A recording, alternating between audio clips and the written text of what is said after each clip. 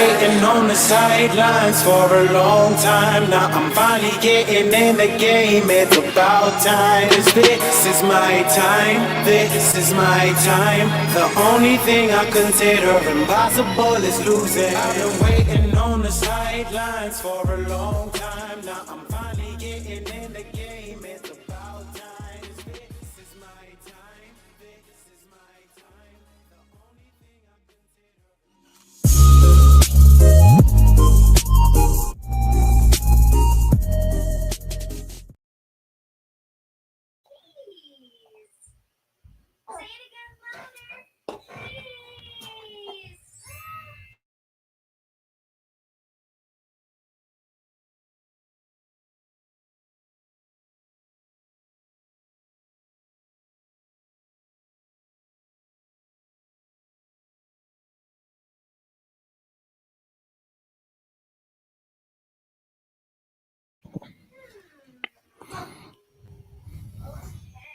Punch that like button, ladies and gentlemen. We are about to get started. Shout out to Ronnie N, Dolphineer, Jersey Dolphin, my brother Breeder G. I just can't get that out my mind. Breeder G instead of B Glenn. I don't know why you switched up on us. Road Runner, California, Lucas. I see y'all in the house, man. Y'all hit the like button on your way in the building. We're about to get started in less than a minute.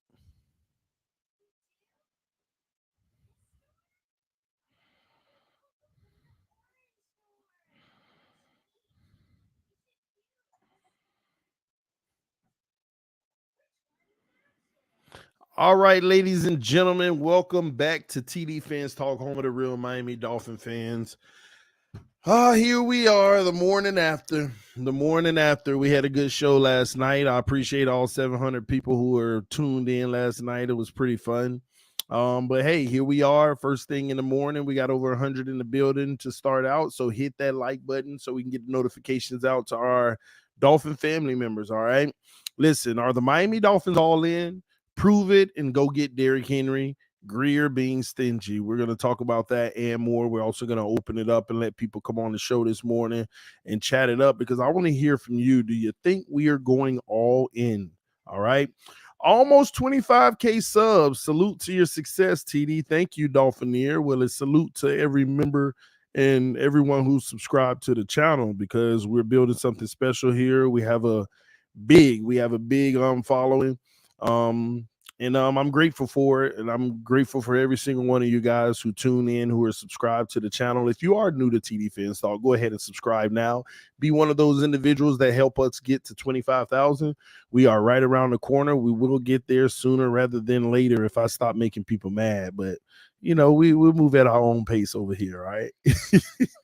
We move at our own pace. But y'all hit the like button, man. Right now I am waiting on confirmation. I got some good news for y'all. I'm gonna go ahead and share it with y'all real quick before we start the show.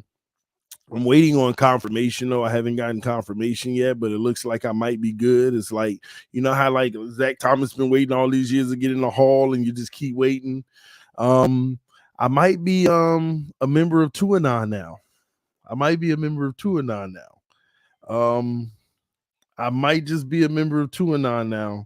Y'all can go ahead and give me my congratulations now. You can go ahead and give me my congratulations now. Hey man, it's been hard work. I've been fighting to get in, and I think I might have finally gotten in. My tweet yesterday might have gotten me in, ladies and gentlemen. Some of y'all say, what tweet is that? Well, I tweeted that Tua Tagovailoa is better than Josh Allen. And the stats from last year prove it. Tell me I'm wrong. Now, a lot of people did tell me I was wrong, but somebody, one of the big Tuaneers said, "Welcome to Tuanon." Oh man, I said, I'm in. Am I really in? OMG, I'm in. Hey man, your boy done got into Tuanon, man. That's all it took. Just saying Tua was better than Josh Allen, and the stats last year proved it. Your boy is in. I'm about to go. I'm about to get jumped in later. I got my initiation. They trying to schedule it for training camp. My jump in initiation. So I'm ready for it, baby. I'm ready. I'm ready to take my lumps and bruises, baby. Ain't nothing like being a part of 2-9, man. I waited for this moment. I waited for this moment, y'all. And it's finally here, man. Look, man, see, this channel just continues to have success. We accomplish things that many can't. And we were down at the bottom and we made it to the top. And we're now in 2-9. All right. So, and I see y'all in the comment section. Thank y'all. It's not congratulations to me. Congratulations to all of us.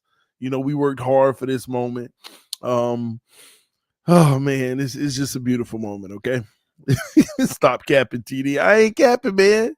As long as one member of 2-9 say you in, and I just got to go through the initiation process, and your boy good, man. All right. How many seconds you got to be jumped, TD?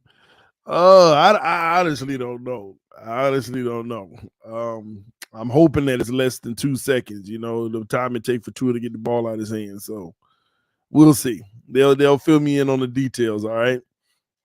Oh man, Breon said hit that like button so TD can stop rambling. Hey, they'll learn, Bree. They'll learn. Zach with the donation already on the show, man. He donated before we even started.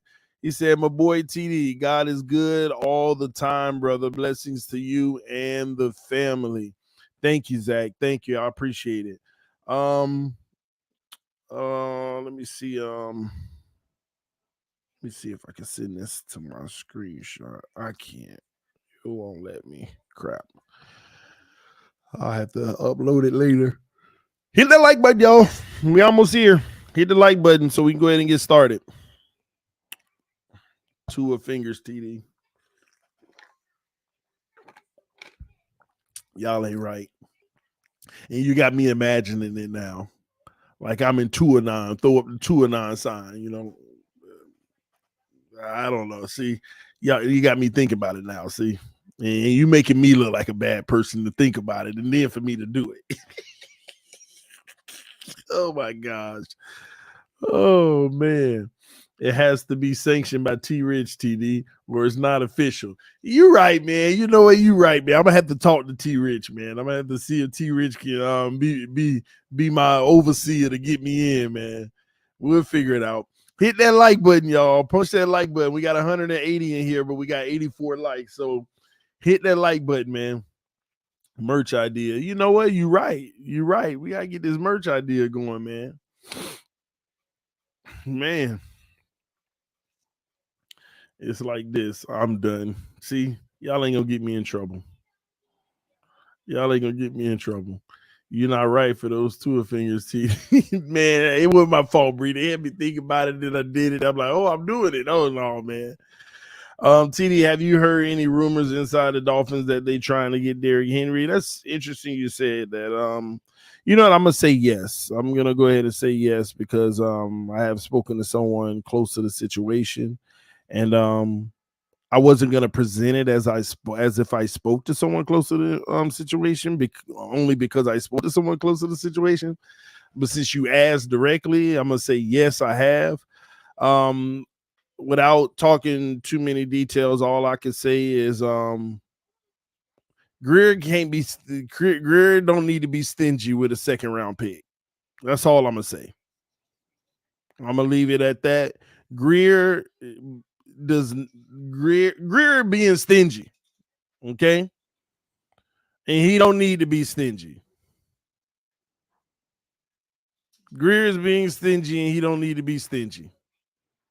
So I want to ask y'all, would you give the 2nd round pick up to go? No, I can't ask y'all yet because y'all sitting here with 92 likes. Come on now. Come on now. Let's get 100 likes. We right there.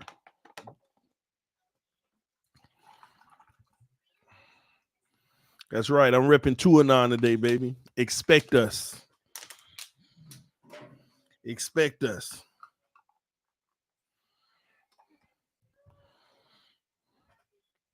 All right, we got 100 likes. Would you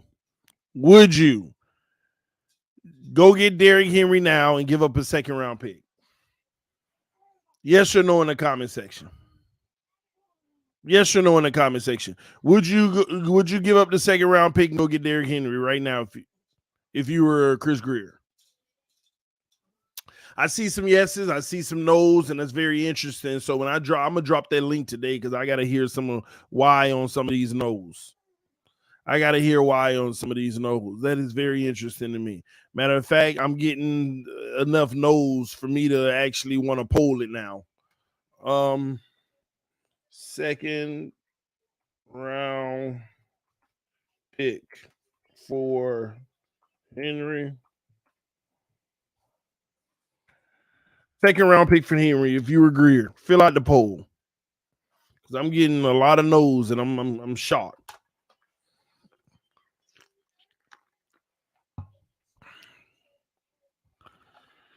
I'm shocked at the no's. Matter of fact, you know what? Let's do it this morning. Let's have some fun. Let's jump out the gate and have some fun. I'm gonna put the link in the comment section. We're gonna put the link in the comment section because I want to hear from some of y'all no's. If you're not a no, don't come on this show just hopping on just to sit up here and talk.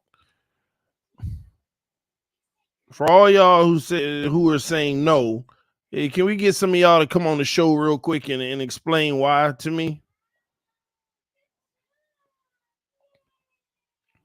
Just the no's.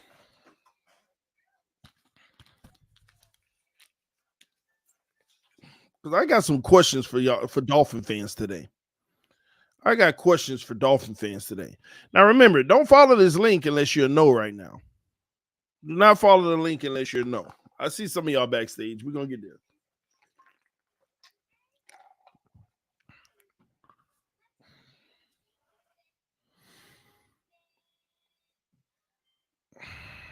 $25% no, so that's better. I mean, TD starting the show hot. Yeah. Got to, man. Y'all hit that like button and go ahead and hit the link if you want to come on the show. But I want to hear some of y'all. If you say no, go ahead and get up in here. Look, man, we got Mark from Buffalo, from Bills Mafia in here. Where the Dolphin fans at? Mark, are you saying the Dolphins shouldn't? Absolutely not. Why? Because y'all want them? No, we've got Damian Harris. We're perfectly fine. Damian Harris is a bum. Y'all ain't got nothing in no Damian Harris. Okay, I just watched him score 3 touchdowns against the Bills in 2021. So you gauging success? So you gauging success off of what they do against y'all? Y'all bums. No, I gauged success on having 15 touchdowns in 2021, getting hurt last year, but he still averages 4.6 yards a carry, and he gives Buffalo something that they haven't had. But that has nothing to do with this particular question. A second-round pick for a 29-year-old going on 30, Derrick Henry, who's got a ton of carries, and who also is what we call a momentum runner. He needs to have forward momentum at the line of scrimmage to be able to be productive. And Miami's offensive line, to be honest with you, isn't very good. And they're a wide run team, not an inside team.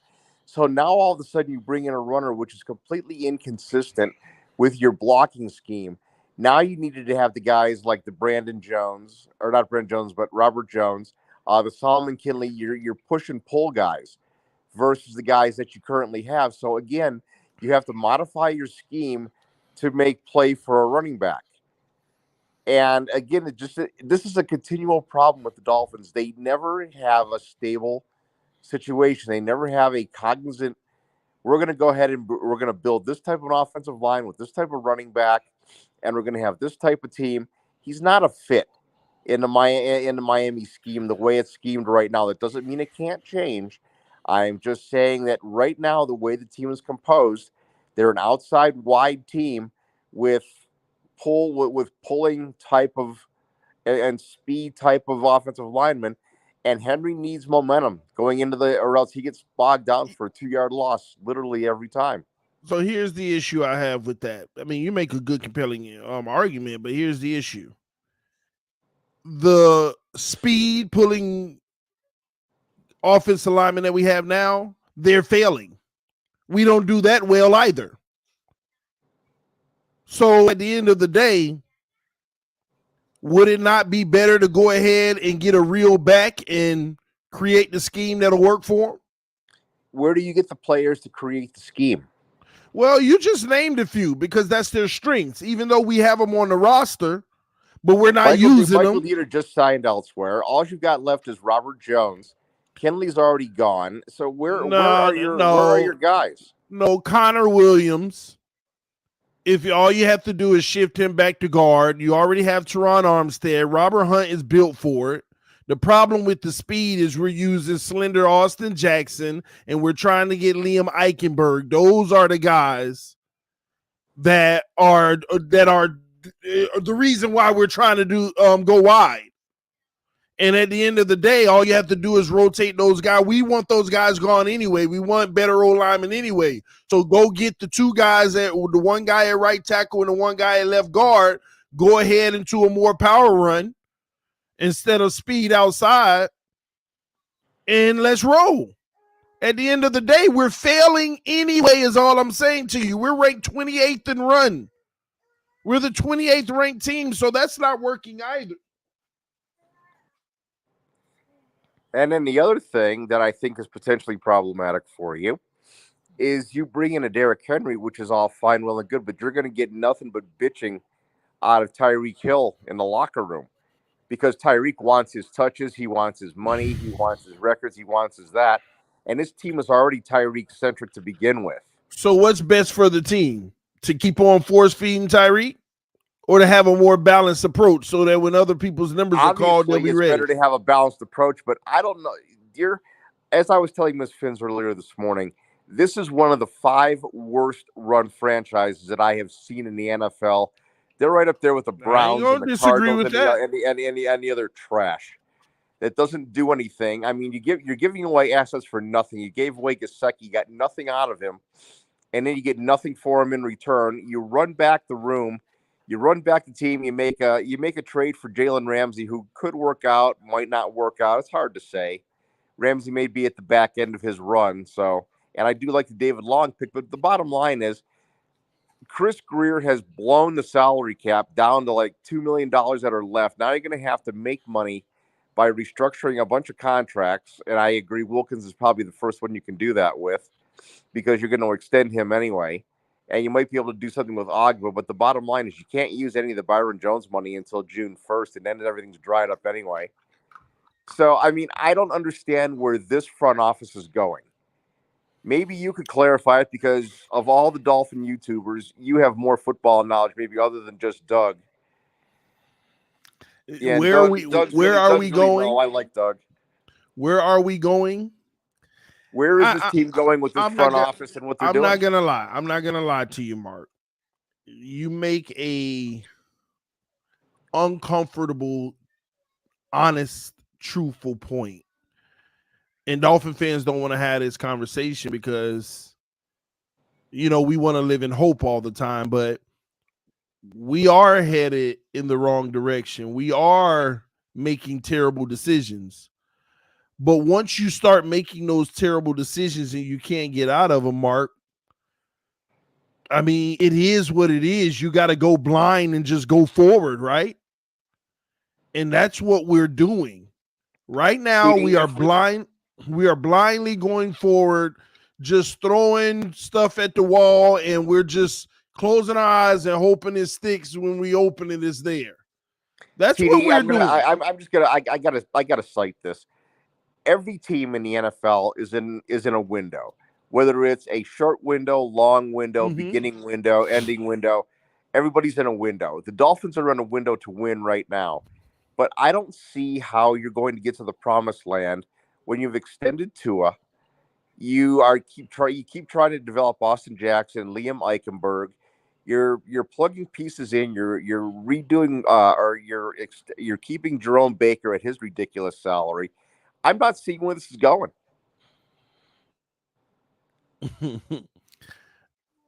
Again, you're not wrong. But Chris Grier, I mean, Mark, if you were the general manager, right? Yeah. And somebody just put this in the comment section and they make a good point. If you were the general manager and you had 20 premium picks and you only hit on 3 or 4 of them, and now most of some of the other ones, you're fired if they don't work out. You're going to have to just keep pushing down this road, and you're going to have to buy players and try to hope that you can hide in deficiencies for people that you selected. And at the end of the day, Chris Grier should have been fired the night after the 2020 draft, first round. That was disgraceful. That's what set this franchise back and put it into a cycle of never really achieving anything. But you don't know until those guys don't work out. Well, I kind of knew back in 2020. You knew in 2020. Well, I knew too. But I mean, trust me, I knew. And people hated me for saying it, but it is what it is now, Mark. Like, what do we do? We're at the mercy of Chris Grier. He's the one pulling the trigger and making decisions. So all we can do is talk about the decisions he's making.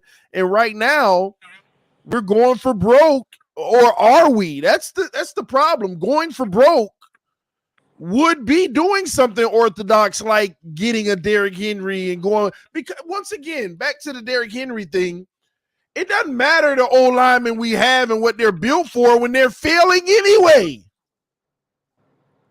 That's what I don't understand. They are literally failing anyway. We are the 28th ranked rushing attack in the NFL. Enough said. Is it the yards per carry issue, or is it the yards per carry? The carry attempts. Yards per carry isn't the issue; it's the attempts. But at the same token, if the attempts were up, I can guarantee you the yards per carry would be down. The thing is, we're seeing people don't get that. They're like, "Well, we average a high amount of per carry," but they don't understand that we're the type of team that's unorthodox where we've run the ball on 3rd and 10 and gotten the first. You see what I'm saying? It's that's why, as a Bills fan, I look at the Devin Singletary thing and say, "Oh, Devin Singletary was averaging 4.7 yards a carry." Yeah, on draws and plays like that. Yeah, it's all scheme. It's like we've had games where, like, let me give you an instance. Say Mostert breaks a 50-yard run down the sideline, right? Right. But we don't recognize the next 8 carries went for less than 3 yards a carry, but the average is 7 now. Nope, that's very, very true. And what most Dolphin fans don't realize with the yards per carry is maybe we punted the ball 3 times in that process, and we finally broke one, or we got a 17-yard chunk. You're a dedicated football fan, and you know the league. I'm starting to consider Mike McDaniel a lot like Mike Martz in the fact that he wanted to win his way, and he wanted to have his fancy, shiny passing offense. And the New England Patriots in 2001 went in and kicked his teeth in because he won. There's a way that you win. I don't care what the outcome is, as long as the outcome is in your favor. But right now, you're going to have a problem if you bring in the Derrick Henry, and this is where I see an issue in the locker room. You've got a team that, Chris Grier wants to prove and validate Tua. He wants to validate Tyreek Hill. He wants to validate Waddle. McDaniel is just naturally inclined to want to throw the football anyway. Now, all of a sudden, you've got a chasm in the locker room between Derrick Henry is going to want 30 carries, and where are those 30 carries going to come from? They're going to take away from the targets for Tua to give to Waddle and to Hill, and I think that causes problems. Now you get Tyreek all upset in the locker room. He's not happy anymore because he's not getting his touches. You're going to have the same situation that you had with Tyreek in Kansas City. Mm-hmm. So, and you've got. I mean, if you're gonna make this move. And if you're going to go and if you're going to have onions and you're going to make a move, then what you do is you go ahead and you trade Tyreek if you can. If you bring in Derrick Henry and you restructure this thing. They're not doing that. So I know it because they don't have the onions to do it. But if you're going to rebuild your football team, do you rebuild it around a 30-year-old receiver or a 30-year-old running back? Take your pick. Because both of them, inherently they are incompatible. For those who say drop the link, it's pinned at the top of the chat. But yeah, man, Mark, I got a lot of people I wanted to do one-on-one. Yeah, I'm gonna and let then you go, TD. But I'm definitely interested in hearing the folks.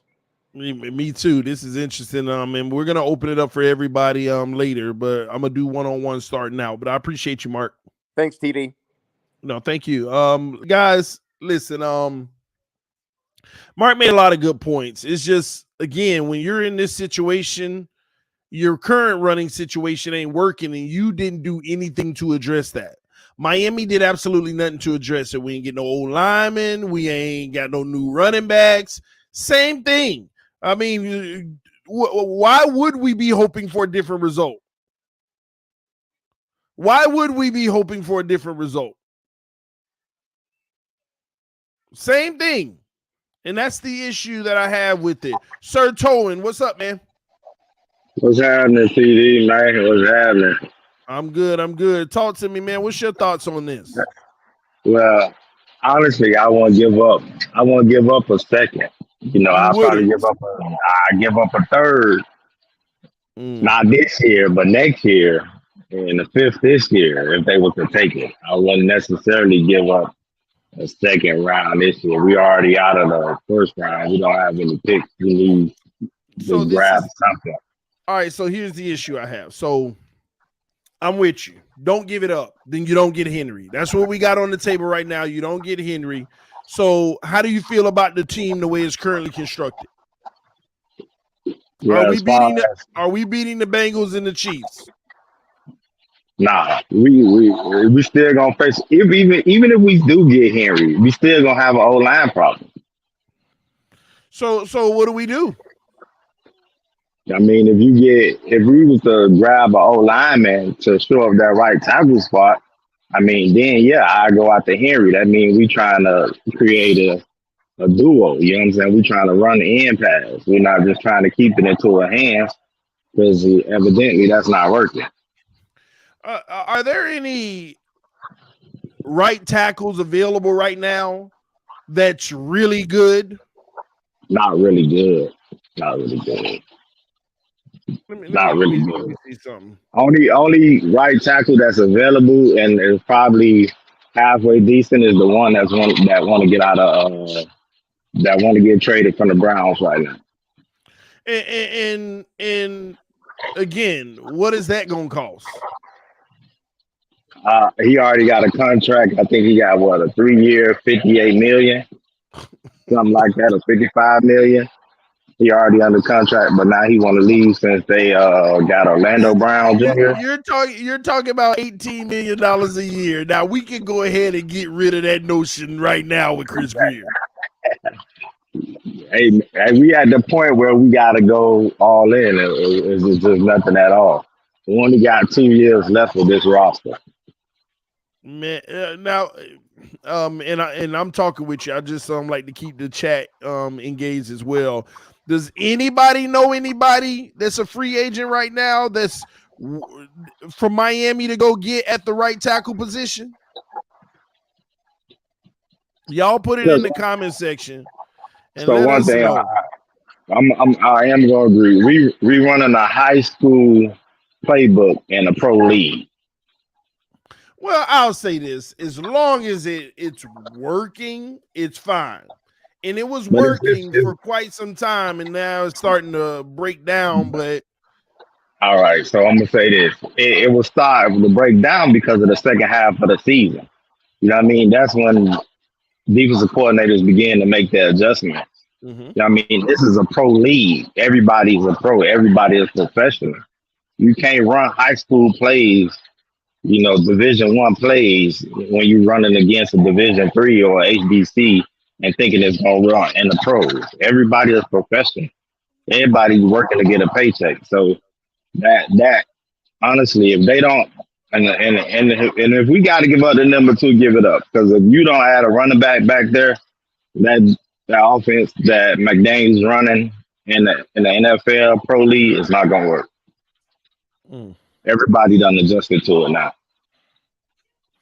So here's my thing right now. We're talking, and we don't go get Derrick Henry to try to help the run game get better. We don't have an option at right tackle, so this notion of fixing the O-line. Now, I'm a firm believer that you don't need 5 great offensive linemen. No, you don't. You don't. You really need like 3. Well, but in the Miami Dolphins case, you need 4. Because critical positions like right tackle, left guard, when you got Armstead, who may not play a full season himself, people don't talk about that. See, we underestimate the Teron Armstead factor. We just automatically lock him in at left tackle, but not realizing that's only for about 12 games a season. That's only for about 12. And then you don't know when it's going to happen. It could be in the most important clutch. It could be in the playoffs where he's not available. We don't know. Yeah. And that's an issue. That's definitely an issue. That's definitely an issue. That right there is definitely an issue. So that's I don't know. That's why you need at least 4. But my issue is Grier is trying everything he can to make Austin Jackson work. Let me tell you another thing that people aren't realizing. Grier thinks he's slick in this sense. Okay, follow me on this. The O-line could be just as productive as they were last year, right? Which ain't great. They were a lot better than they used to be, but it wasn't great, okay? And it had a lot of inconsistencies. Tua's still getting banged up.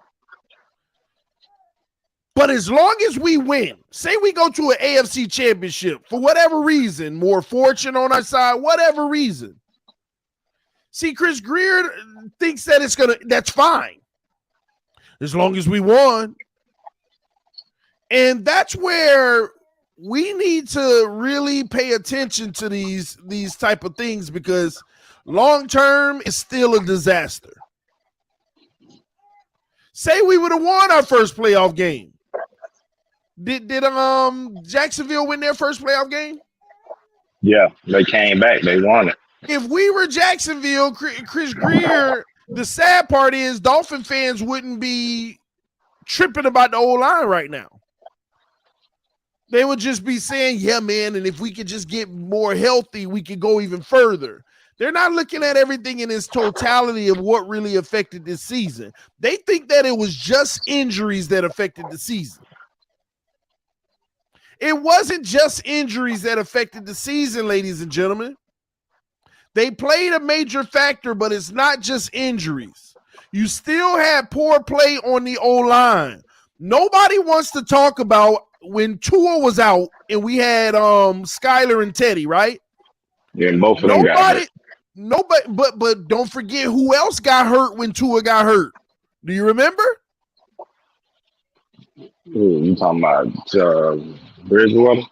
Teron Armstead. You're right. Yeah, remember when Tua didn't play those 2 games early in the season? Teron Armstead didn't play those games. Teron Armstead missed a lot of those games that Tua didn't play as well. So when you go look at our O-line in those games, we had a left tackle that was literally had a PFF of 13, bro. When you went and looked at the PFF breakdown for that game, you had a left tackle who had a win rate of 16%. Even though, and I'm not taking anything away from Skyler and Teddy, they still need to be better when they were in the game. But if Tua was under them circumstances, we wouldn't hear anything but, man, the O-line, the O-line, the O-line. And here's your proof. You ready for your proof? Go ahead. Houston Texans game. We looked all fine as an offense when Armstead was in there. Soon as Armstead got hurt, Tua looked like the Brian Flores Tua. Remember? Yeah. The man had like 6. The man before halftime, he turned in the trash right before halftime because Armstead was gone. And then Mike McDaniel, we were blowing him out. Mike McDaniel, they said, well, will Tua play in the second half? Yeah, Tua will play in the second half because there's some things that I know he needs to work on because of how bad he was looking when Armstead went out. And Mike McDaniel came out after halftime and Tua played 2 series and he looked absolutely terrible. And Mike McDaniel said, never mind, just pull him. So this people underestimate. They think that is just the injuries, but our O-line was poor. And then when you have the injuries, the backups are even poorer. It's even worse.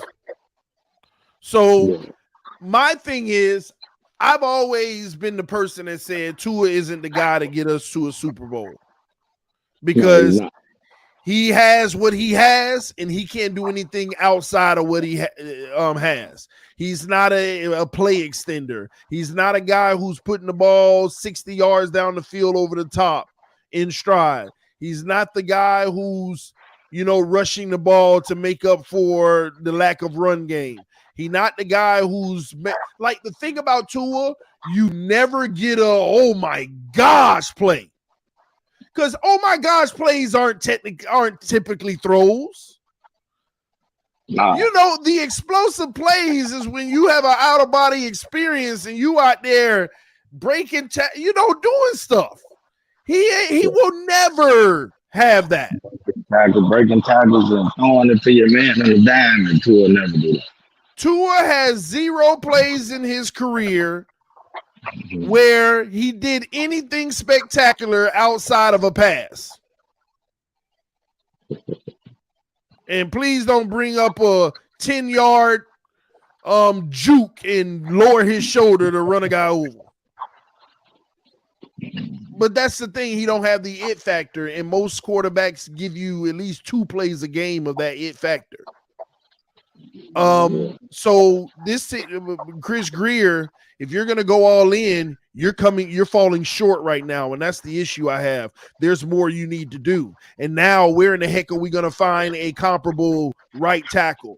And the issue I have with it above all is the fact that you really think that the guys we have is enough. He really does, y'all. Well, let's just let you know, Chris Grier he ain't got no football. He just I think, but believe it or not, I think Chris Grier does.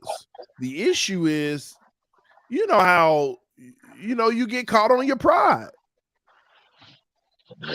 You make a lot of great decisions, but the one bad one you make, you don't want to acknowledge it. So you go down that road and it keeps causing you to make more and more bad decisions. That's what I think is going on with Grier. I think Grier actually is a good GM, but he gets caught in his own way because he will not forfeit the fact that some of these guys you picked ain't it, but you're trying to show that they're it by going like literally overpaying guys to make the team better to hide their inefficiencies so that at the end of the day you can prove, see, I could put it all together. You got anything else on it, Sir Town? Because I got a lot more people backstage. No, Sir Twan. No, I'm good. Sir Twan, my bad, bro. All right, bro. Good. All right, CD. Mm-hmm. Jason Levely, what's the business, man? What's good, brother? How you doing? I'm great. Talk to me. As you know, I do believe in the philosophy of going all in. But at the same time, there's a lot of factors that have played in. One, I'll start by, I've said this before on your channel. We've seen this before, especially from somebody from the Shanahan tree in 2018 when the Rams went all out. They had Todd Gurley and all those weapons and that great defense. And, Jared Goff wasn't able to put them over the edge. Even though Todd Gurley was having a record-breaking season, Aaron Donald was having a record-breaker season, and Jared Goff was playing out of his mind. They just couldn't go over the edge because they ran into a Patriots team that absolutely shut down their offense, and Goff just didn't know what to do after that. But another factor is, with us, from people who have played football for a long time, know that trenches is important. You win and lose by trenches. And going back to your previous O line conversation, it's not only about protecting Tua. It's about, look at the Super Bowl. That was what, the number one and number two ranked trenches in the league going up Mhm. against each other, and we saw how there were multiple times where when those guys couldn't make a play, the trenches had to come in. When Jalen Hurts needed those extra push and to get those fourth and ones, they came in. What was the Kansas City Chiefs trenches saying after the game? Oh, we ain't give up no sacks. What was that? The number one defense in the league? We ain't give up no sacks. That's what they were beating their chest on. And so I believe that our running backs, I understand they're not premier guys. One, I believe McDaniel didn't really go to them that much, not because they were underperforming, but because, as he said before in multiple interviews, I'm here to prove that Tua is a good quarterback. Well, when you have that philosophy, you're going to pass way more than you're going to run. Even if there's been multiple games, and I think you've had it on your channel where we'll see our run game is pretty consistent. We're like, "Oh, okay, we got something going," and then out of nowhere, McDaniel just starts tossing the ball, and we're like, what happened to laying down the foundation of a run game? So I Mhm. think the fact that he came in with in this, and maybe he might change next year, but I personally think he came in this season with the mindset of, I'm going to try to show the league, no matter if we win or lose, that Tua is a good quarterback. So I'm gonna force feed wide receiver one, wide receiver two, no matter what. And the second thing that I have to say about that is, if you do have great trenches, most teams that have won the Super Bowl, look. I mean, I understand Kansas City has Patrick Mahomes, but if you look at throughout the history, the last big name running back to be on a Super Bowl team, I can't even remember who it was. It was probably a decade ago, with the Ravens. So you can go that route. It can be successful, but we've seen that teams that invest more in their trenches have a running back committee, right? And they don't really pay the big name guy. They pretty much have running back by committee because they're gonna get hurt. We know how physical this league is. They're gonna get hurt. And when you have that type of system set up, you tend to be far more successful than the guys who play the big name back, don't really invest in the trenches that much. And the next thing you know, it's we're in a wild card game. Defenses have figured out our run scheme, and we're wondering why Derrick Henry, who's Superman, all of a sudden can't even break 5 yards. That's just my philosophy on it. But I understand the other way of going all out. I completely understand that. It makes so much So, sense. so what would you do right now? Me, I'd do what you've been saying for the past few months. You invest in your trenches. I'm not saying go get premier tackle or premier guard, but you get guys who are starting level.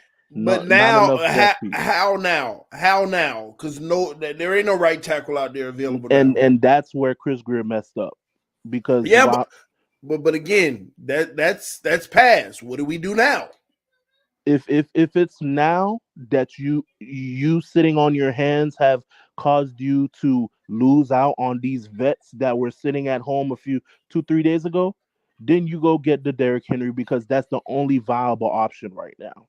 But let's not ignore the fact that he did have a chance. There were a lot of tackles and guards that we saw get picked up, and we were like, Chris Greer, you couldn't do that.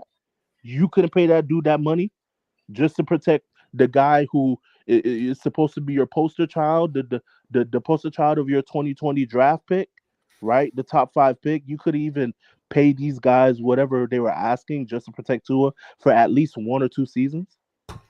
So now that he's backed himself up into this corner of, okay, all of the guys that we could have gone after are pretty injured, and this, that, and the third. Yes, I would go after Derrick Henry because it's the only option left. But I did want it to state that most of the teams that have won by committee, right? Running back by committee, because running backs do get injured. It's one of the most physical positions in the league. Mm. So what That do was we just do my. now? You said what now? So what do we do now? The thing is, this is where it goes back to your whole pride concept of he's trying to make things happen and do things the hard way, right? And I think that going back to what you said earlier about how he's trying to make things work, I feel like the thing is when you look at Chris Greer, that 2020 draft is supposed to be the highlight of his career. He finessed the Texans to get for Tunsil, got all of these assets. That draft was supposed to be what makes or breaks him. And the fact that he wants to prove so bad that Austin Jackson and Tua can work, because he knows if those guys don't end up working, it doesn't even make sense because people are going to just completely throw the trade out the window. They're going to say, yeah, it was a great trade, but you didn't really do anything about it, right? So he is going to try to go out of his way to prove to everyone, yes, these guys work. Yes, Austin Jackson can be a great asset in the league. And if he was a smart GM, because I've said this before, if he was a smart guy like Howie Roseman, Howie Roseman drafted Jalen Yeager over Justin Jefferson. That's a fireable offense because Justin Jefferson is already a top 5 receiver in the league. Jalen Yeager is looking to be on his way out, right? But he said, you know what? I'm not going to let that pick define me. I'm going to get AJ Brown. 2-3 years later, we don't even remember that the Eagles drafted Rager over Justin Jefferson. Most people don't, right? And that's what GMs do. They have short-term memory, right? They don't get so caught up with certain guys. They don't latch on to certain guys and try to live or die by them. They make the best choices and they continue to go. And I feel like with the relationship Grier has with Ross, he could have made that decision. He could have gone and after and upgraded. Hey, Ross, the right tackle didn't work out. I thought Austin Jackson was going to work out. He didn't. Let me prove through signing a major young guy who's going to be a staple for our line. Let me prove to you that I can fix my own mistakes. But no, he's stubborn. He's sitting on his hands. He's trying to make these picks work, and is sooner or later is gonna end up biting him in the butt. What do we do? Like I said, hey, you know it just like I know it, man. If this was last week, there were so many guards and tackles, I would have been like, okay, we can at least get 2 starters. But now that we've allowed all of these teams, the Jets, the 49ers, the Bears, to make all of these great signings to protect their QBs, and meanwhile we're just sitting here like, oh yeah, we getting defensive pieces, but we're not really upgrading the O line. We're pretty much getting depth pieces. Chris Grier has worked himself into another corner. Bro, you still ain't answered the question. I've already said it. What do we do now is since you worked yourself into a corner, go get Derrick Henry. But let's not ignore the fact that he had options 5, 6, 7 days ago, and he just didn't go after them. Well, I'm not going to say he didn't go after them. I'm not in the front offices. But I would assume if Tua is your guy and you are seeing all of these other teams go all in for their quarterbacks, your first thing would have been to be bullish in this free agency and say, I'm not going to let these great guards and tackles go anywhere else. I want you guys to come to Miami. We have no state tax. What do we sell to Jalen Ramsey? We have no state tax. We have this and that in the third. Come to Miami. This is the state where you want to be. Why can't we do that to a tackle? Why can't we do that to a guard? So right now, it's just like you said. Push comes to shove, go get Derrick Henry. Maybe put us up the edge. But Chris Grier shot himself in the foot with this one, man. I know it, bro. Listen, man, it's tough, man. I appreciate you, Jason. Nah, brother, you have a great day, man. You too. Salute to you, homie. Yes, sir. D'Angelo, man, talk to me. Oh man. Oh man. What's up? Hey, What's up? Hey man, I'm talking about as soon as I see it, you see I had to text you, man. I was pissed off. I was like, man, nah.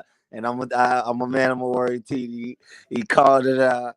They went to go sign 2 offensive linemen. He said this in the old screen, and I'm like, if TD this right, I gotta salute him, and I had to, sir. I was waiting on you to get back on here, man. Like TD, you can't be calling it like that, man. It make me want to cry when you write like that. Just like it's Well, you know what? I'm not gonna say I called it. Here's why. Remember what I said.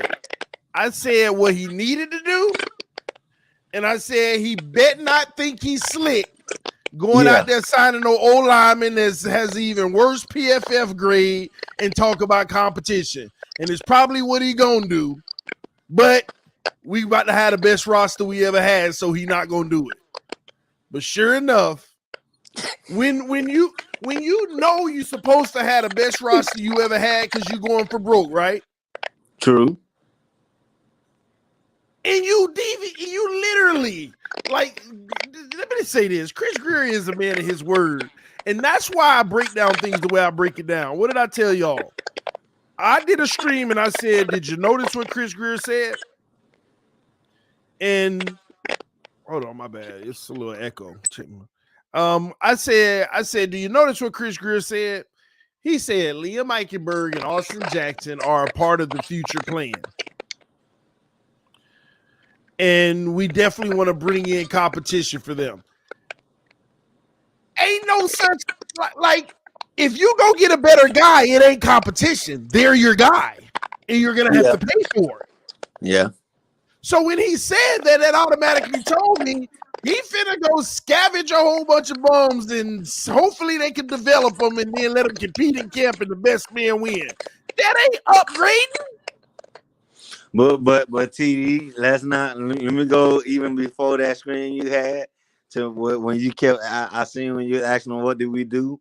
I'm gonna tell you this: you go do it. You better go pull that sheet up, TD, and step right inside our organization because I want to come with you. And you had the top 20. Don't act like I didn't remember, TD. You had the top 20 things that needed to be done. I told you I watched your screen. You know I watched your screen. Yeah. Take that list and go show it right to Ross. Listen, man, Chris Grier ain't gonna let you in that building. I get in that building, I speak to Ross. Grier getting fired instantly. He getting fired instantly. But I'm telling you, bro, that's the problem, though, man. You got a little echo, a little tapping noise. But yeah, man, that's the big issue. Yeah, I can hear where it's coming from, though. Oh, I think it stopped. All right, cool. But yeah, I think it's a reception. Back out and try to come back in because when I talk and you're unmuted, it's like it's really jumbly. My bad. But yeah, man, like I told y'all, this is the issue I have. When Chris Grier said that crap about Liam Eichenberg and Austin Jackson, I already knew what time it was. I was just hoping I was wrong.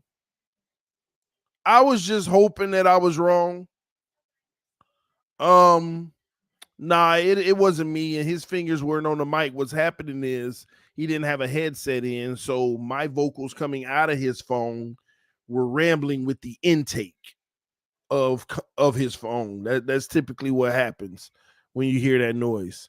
But yeah, man, I knew what was gonna happen, and I ain't gonna lie, y'all. I ain't gonna lie. When I heard Grier say Eichenberg and Jackson are a part of the long-term future, we want to bring people in to compete at those positions and to give them an opportunity to earn it. Man, my heart dropped. I ain't gonna lie. And let me tell y'all, you can think I'm lying because I'm 2-9 now. Expect us, by the way. You can think I'm lying, but my heart dropped for Tua. I said, they ain't gonna never, like, if you really want to sell your investment in Tua, then go get the best O-line in the NFL. It ain't like you ain't got the money. Like, I ain't gonna lie. Y'all get mad at me all you want. I got to be honest with y'all. I would have rather them not trade for Jalen Ramsey and that $25 million that you pretty much giving them. I would have had the best right tackle in free agency and the best left guard in free agency right there alone. I would have taken a left guard and a right tackle over Jalen Ramsey. I would have been okay with the notion of Trio and them developing and Kohu and all them developing. I'm telling y'all. And I'm like, man, y'all, because it ain't just Tua's protection, it's also the run game. We ain't good. I literally, I'm going to be honest. Oh my gosh. See, I always get in trouble when I start having these real conversations, and I'm about to get in trouble again. I'm going to be honest with y'all. There's a possibility that our secondary can be a complete train wreck this year, and all Dolphin fans want to just be tunnel vision and blind to it. Man, did you see Jalen Ramsey and Xavier Howard play this last year?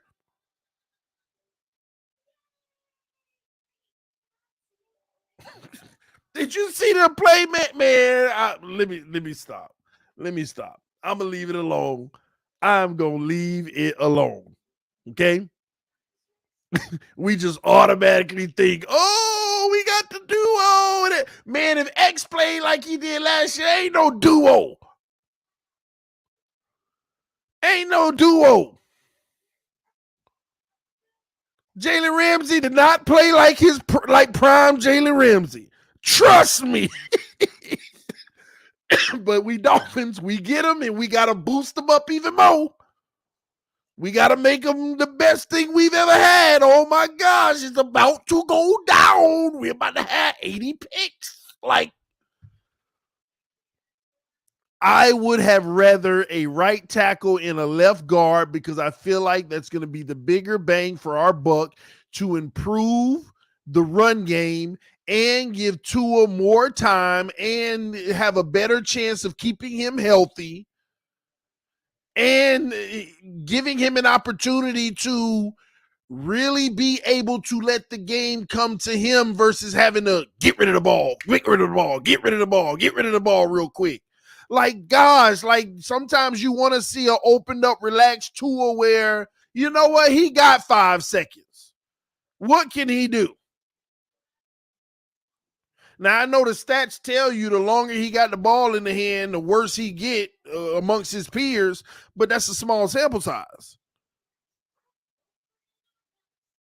Do right by Tua, and I really don't think you still have. And this ain't even my new membership to Tua non-speaking. Expect us, by the way. But yeah, man, T Rich in here. Hey, T Rich, man, I need your blessing, bro. You the last straw, bro. I need you to go ahead and swear me in the Tua now, bro. Somebody told me I got in. Because on Twitter, I told him Tua better than Josh Allen in the stats this year. Prove it. Tell me I'm wrong. And people say you're now Tua non. So hey, if you say it's so, T Rich, man, hey, it's official.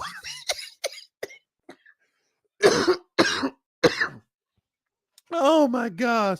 Come on, T Rich, man. Come in clutch for your boy, man. Come in clutch for your boy. Ain't nobody can override your blessing, bro. I'll refer you in the club. 100 blood oaths only. Hey, man, I'm ready. I'm ready for the jump in, the initiation, all that, man. Expect us. Oh, I'm going to have some fun with this boy. I ain't going to lie. Just saying expect us, just feel good. Listen, man. But I'm telling y'all, man, I would have rather the right tackle and a left guard over Jalen Ramsey all day. Now, I don't want to replace the linebacker. The linebacker we got is that dude if he can stay healthy. Blood in, blood out. The linebacker we got is that dude. And stop coming for me. Stop trying to attack me, talk about, oh, you're raving about a linebacker who's had injuries, but other people that had injuries you talk bad about. If you trash and got injuries, it is what it is. But if you're great and you got injuries, it makes you want to wait it out. But that's old news because it's expect us now. Okay. Anywho, let's keep it moving, man. We got more people backstage. I'm going one by one, y'all. We're gonna get there. Sam S, talk to me. Yo, what's good, TD? What's up, homie? Listen, man, I think you're overreacting, man. You're Talk to me. overreacting, TD.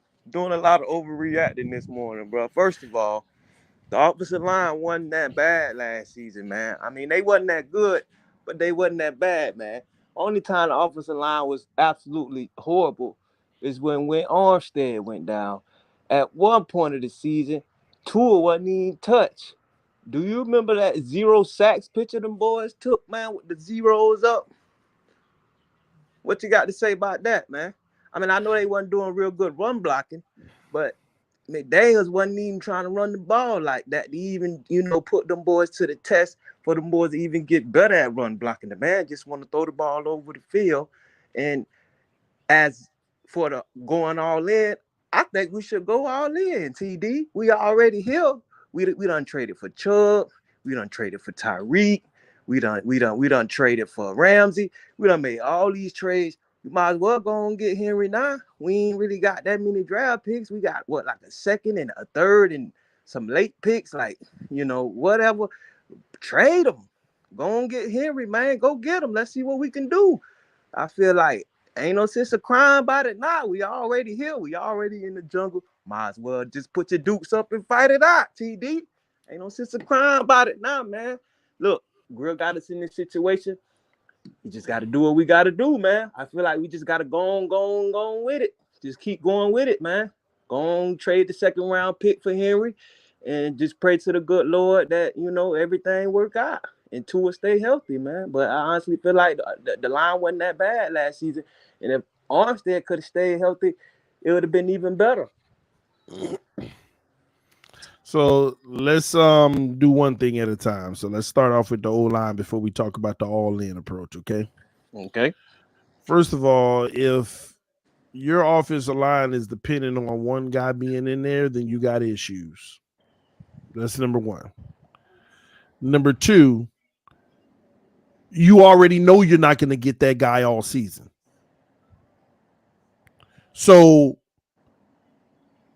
we're going to automatically say that our offensive line wasn't bad.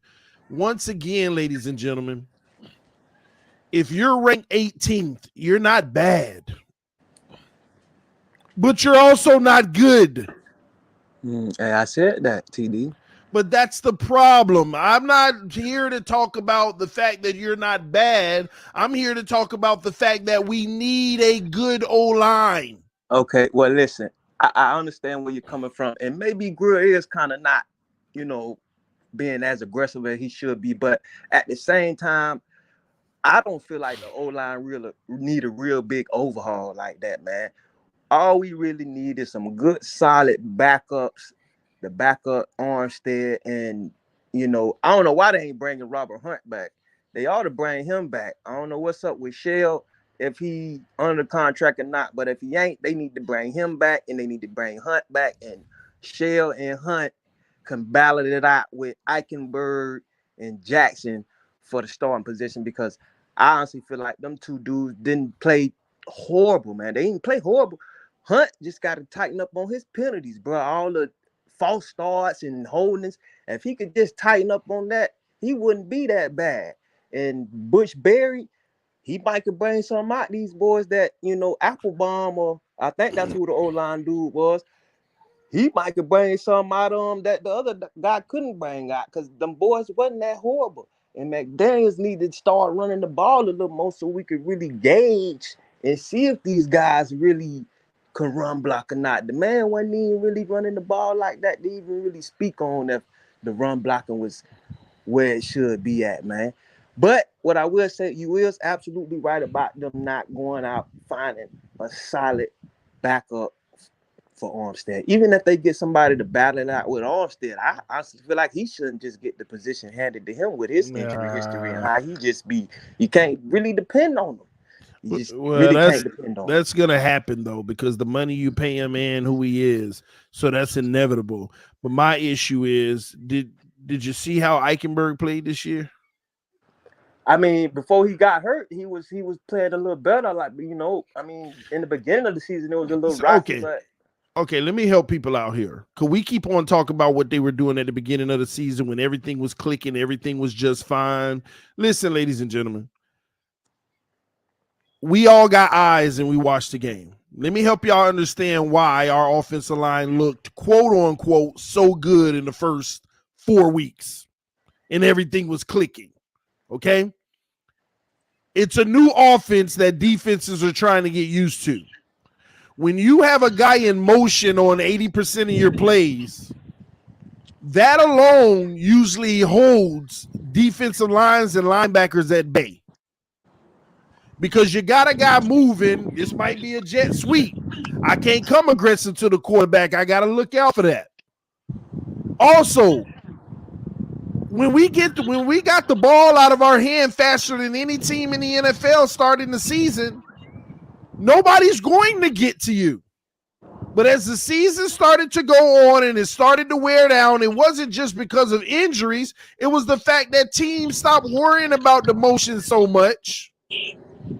It was the fact that the offense tried to settle in and open the playbook a little, and they didn't throw it all the time in 2 seconds. And then teams tried to take away that initial read. Yeah, they took away the middle of the field. So the offensive line started to break down in a normal situation. But at first, nobody sees that coming. They're trying to figure out what you're doing. So yeah, the O-line looked phenomenal at first at the beginning of the season. It was not just because of injuries that it started to dwindle down, but defenses started to recognize what we're doing, and they started the game plan to take that away, which caused the quarterback to hold the ball a little longer, and that's when you find out if you got an O-line or not.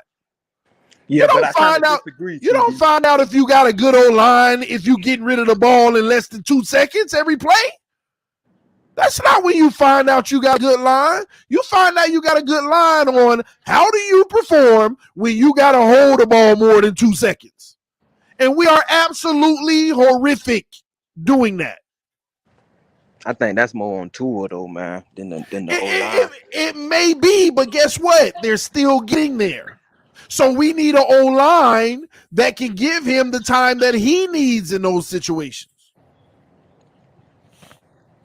Yeah, I just feel like they weren't that bad. Even towards the end, when we had Skylar Thompson in the game, man, they did pretty good, in that playoff game with Skylar back there, man. Skylar just ain't, wasn't ready for the You mean when Teron Armstead was back, when Skylar, do you not remember Skylar was running for his life on every play? Sometimes we were shocked that he still made a play. Skylar was running for his life on every play. And forget the playoffs. That goes back to the Jets game and that game before and the Patriots game. Running for his life the entire game. Yeah, I'll give you that. We definitely need to find somebody to, take over for Armstead when he get hurt. But I honestly feel like Brandon Shell and Robert Jones ain't that bad, man. They could battle it out with Eichenberg and Jackson. And I feel like them boys are really pan out to be all right. But Armstead, we definitely need to get somebody over there. Definitely need to get somebody over there because he ain't dependable at all. And we definitely need to go all in, TD. Go on, get Henry for the second round pick. We need to go in, man. We done went and got Ramsey. We need to make it happen. We done went and got Vic Fangio. And I understand, you said Ramsey and X was getting burnt a lot last season. Okay, yeah, they was. But look at this. Maybe Vic Fangio could come up with a scheme and bring these boys back to life, bro. You need to be a little bit more optimistic, bro. Like, you do be being a little negative a little bit, bro. Like, let me ask you a question. When I'm optimistic and the team doesn't do it, is the team being negative? I mean, if they don't make it happen, they just don't make it happen. TD. So if I see the fact that they're not gonna make it happen early, why does that have to be negative? Man, be optimistic, man. It ain't gotta Yeah, be negative, but have some I optimism. spent over over 30 years. Matter of fact, to be exact, I spent over 35 years, 36 years almost being optimistic. Where has it gotten you or I me? feel you. I've been a fan my whole life too, and I've been watching them lose year after year, get close and lose. But I Where don't did know, it get man. you? Where did it get you? It get me. It just get me brokenhearted and talked about Oh, amongst my peers who ain't okay, Dolphin fans, man. okay. So that's But the recipe for optimism. listen, man, I don't know what to say, man. I don't know what to say, but me personally, I'm praying to the good Lord that something happen. We don't gonna make these trades, bro. Maybe Jalen Ramsey will pull it out. Well, don't mistake the fact that I am hopeful. I am hopeful, Okay, then. but at the end of the day, I got to call it how I see it. I am hopeful, bro. I'm hopeful that we go win a Super Bowl with Tua Tagovailoa. Expect us, by the way. I am very hopeful, but at the same token, I'm just calling it how I see it. Yeah, I Everything how understand I that, see man. it. I I want us to understand that. when Sunday clicks off, I am always there ready for us to go win. But during the week, I am talking about the ups and the downs, the good decisions and bad decisions of this team. And it's Yeah, what so they constantly give us. maybe we go get Henry, second round pick, Dalvin Cook, whoever. We go get one of them boys. Boom, we trade one of them running backs we got because we don't need all four of them if we go and get Henry or Cook. And maybe we, get lucky and Lamar Jackson be like, look, man, I want to go play for Miami. I'm willing to take a pay cut. I'm willing to restructure. All I want to do is play in Miami. And, maybe we go win a Super Bowl next season, man. Maybe not. But if not, we got to ride out with Tua. And we just pray to the good Lord that he stay healthy. This concussion thing is behind him. And it's just a fluke this season. And, he come back strong, making good decisions. And Armstead stay healthy. His pec, his ankle, and all the other injuries he had last season don't bother him. And, maybe we make a strong push for the Super Bowl this season, man. We definitely need to go get a running back, though, for sure. And a solid left tackle, for Armstead. I feel like Robert Jones and Shell, they'll be pretty good. Forget about Eichenberg. Forget about Jackson. Put them boys on the bench. They could be good role players. They'll be good off the bench. If something go wrong with Shell or Robert Hunt. But I feel like them two boys is solid, man. Are solid enough. They might not be the best, but they definitely ain't the worst. And we can make it happen, man. Tua just got to stay healthy. Armstead got to stay healthy. We go get a running back. We'll be on our way, man. The We issue got that big fans, Joe. the issue that I have is why are we scared to get better though? They may not be the worst, but why are we scared to get better? Cause we making plays everywhere else on the team. I mean, I understand you said you would rather win and got a lineman than Ramsey, but obviously Grier don't feel the same way. Maybe he, see something in them boys that you don't see. Maybe he do. We don't win and got Bush Berry. Maybe Berry done got in his ears like, oh yeah, I can make it happen with this line. We don't really need to go out here and spend a lot of money. I like the pieces we got already. I think we should just do this, that, and the third, and we can make it happen. You just don't know what's going on behind the scenes. The coaches probably sitting down and they, probably going through the list like, okay, look, these boys played pretty decent last season. So I feel like we should just ride out with them. Maybe that's what's going on. Maybe that's why you a YouTuber and them boys, coaching. Because, maybe they see things differently than you do, TD. And that's why Adam Gase was a head coach and I was a YouTuber as well, right? Hey, I don't know, man. I'm just saying, coaches. It's interesting though when you said that. I hear stuff like that a lot, right? That's why they're coaches and you're a YouTuber, right? People act like coaches don't get it wrong. People act like coaches aren't bad coaches sometimes. It might not even be up to the coaches. It might be Grier. But don't even general managers, don't they get hired and fired all the time? Yeah, they do.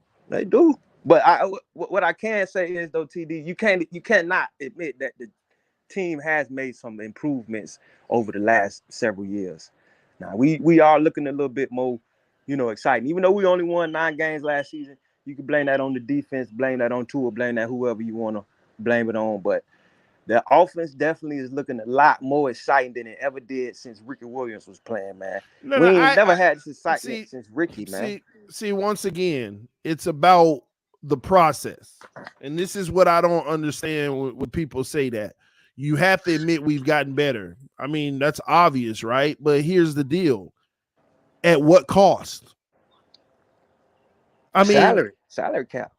Thank you, but that's the point. Now look at us. We sitting here scraping pennies. Listen, you got to do what you got to do to win. No. Yeah, now, but now we're stretching ourselves thin when we could have had a better process. And let me explain this to you. Okay. Let me explain this to you. We failed in so many areas, and now all we're doing is putting Band-Aids on them by having to overspend. What position did we draft Austin Jackson to play? We drafted him to play tackle. Which side of the line was Austin Jackson brought in to play? I want to say right. No, left. Oh, okay, my bad. That's where he was. That was the position we drafted in the first round. Our left tackle, we got him. And when that failed, a guy that you could have been paying pennies to for 4 years, when that failed, you had to go buy a left tackle in Teron Armstead, who's only going to give you 12 games. Mm-hmm. Mismanagement of resources. That could have been $14 million that we could have invested somewhere else if we would have drafted properly. Now you're absolutely right. Or developed properly. Oh, but no. I got a list for you so that you can see the light here, okay? Okay, go ahead. What did we bring Noah Igbenogany in here to do? We brought him in to be the least starting cornerback. To replace who? I want to say Xavier Howard, man. Good job, because most people will think that it's Byron Jones. You are 1,000% correct. Noah was actually brought in to replace Xavier Howard because the way the contracts were set up, that's why Grier and Flores didn't want to pay X. Mm-hmm. That's why it was a pulling of teeth, because they had already drafted his replacement because they were going to use X to trade him and get more capital for the future, which makes us even richer. And if that would have worked out, we would have had Byron and Noah balling. We would have had picks from Xavier Howard, and look at the money difference. X is about to get paid $25 million of a cap hit, and Noah $2 million, $3 million, and you would have been saving $22 million. So Austin Jackson, if you would have hit, would have saved you over $10 million. Noah would have saved you almost $20 million. That's $30 million, and you would have got draft picks for Xavier Howard. You would have been richer. But since you failed, you had to re-sign Xavier Howard and re-up the contract while being stuck having the guy on the roster that you failed with. Yeah, what's he playing? And then, not only that, you got to deal with Noah because his contract is guaranteed as a first rounder pretty much, just like Tua and all of them.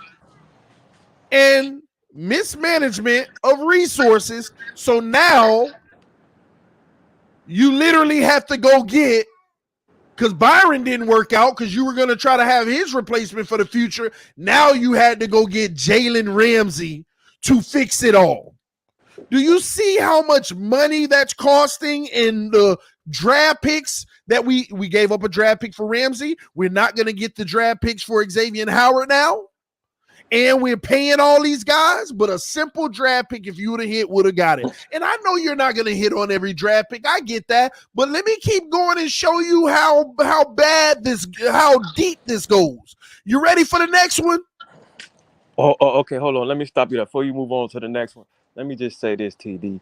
You're absolutely right about everything you just said, my brother. But guess what, man? What the hell you want to do about it now? No. About it now, TD? What you got We to do already about it? here, No, bro. what you got to do about it now as a fan is make sure you draw your energy to who's responsible for it. Make sure that there's some fandom accountability for who's responsible for the situation we in to begin with. Don't just let him put the Band-Aids on there and let you hoorah, and then when that even fails, he put another Band-Aid and you hoorah. So what We we supposed gotta to do as the fans, TD? Right. start calling. No, Stephen Ross. the message needs to be Chris Grier is the issue. Stop trying to say that it's this player, that player, this coach, that coach, blah, blah, blah. Chris Grier is the issue. Now, let me continue. We drafted Hunter Long. Where was he supposed to be? Hunter Long, that's tight end. And we drafted him. Actually, if I'm not mistaken, did we trade up to get him? But we drafted Hunter Long. Who was he supposed to replace? I think he was supposed to replace Gesicki. But he didn't work out. So you had to, in turn, franchise tag Gesicki. And on top of that, you didn't even use him. Mm-hmm. You paid him $11 million to do absolutely nothing but run blank routes because you didn't even target him as much. Let's keep it going. Now, you have to, all of a sudden, you had all those opportunities to trade Mike Gesicki and get some value, and now you get absolutely nothing, and now you don't even have a tight end room. And that's Chris Grier. Picks that have failed. Not done. Last year, we drafted a linebacker. Who is he supposed to replace? Either Landon Roberts or Baker. He was supposed to replace Jerome Baker. Not last year. They were going to be on the roster last year regardless, but this year right here, he was supposed to replace Jerome Baker. Play under him for 1 year and then replace him. But Jerome Baker's contract just became fully guaranteed. The kid barely even got any playing time last year. You know if a player is working out. You want me to prove it? You get, if you're a rookie and they believe in you, you're supposed to get Brandon Jones rookie playing time. Remember, Brandon Jones wasn't the starter. Brandon Jones didn't stay on the field for a large amount of snaps, but he had a solid amount of rookie season snaps. That's when you know that you're doing well and they like you and you're getting playing time. They barely put Tyndall on the field until the end of the season. Yeah. Barely put the man on the field. Yep.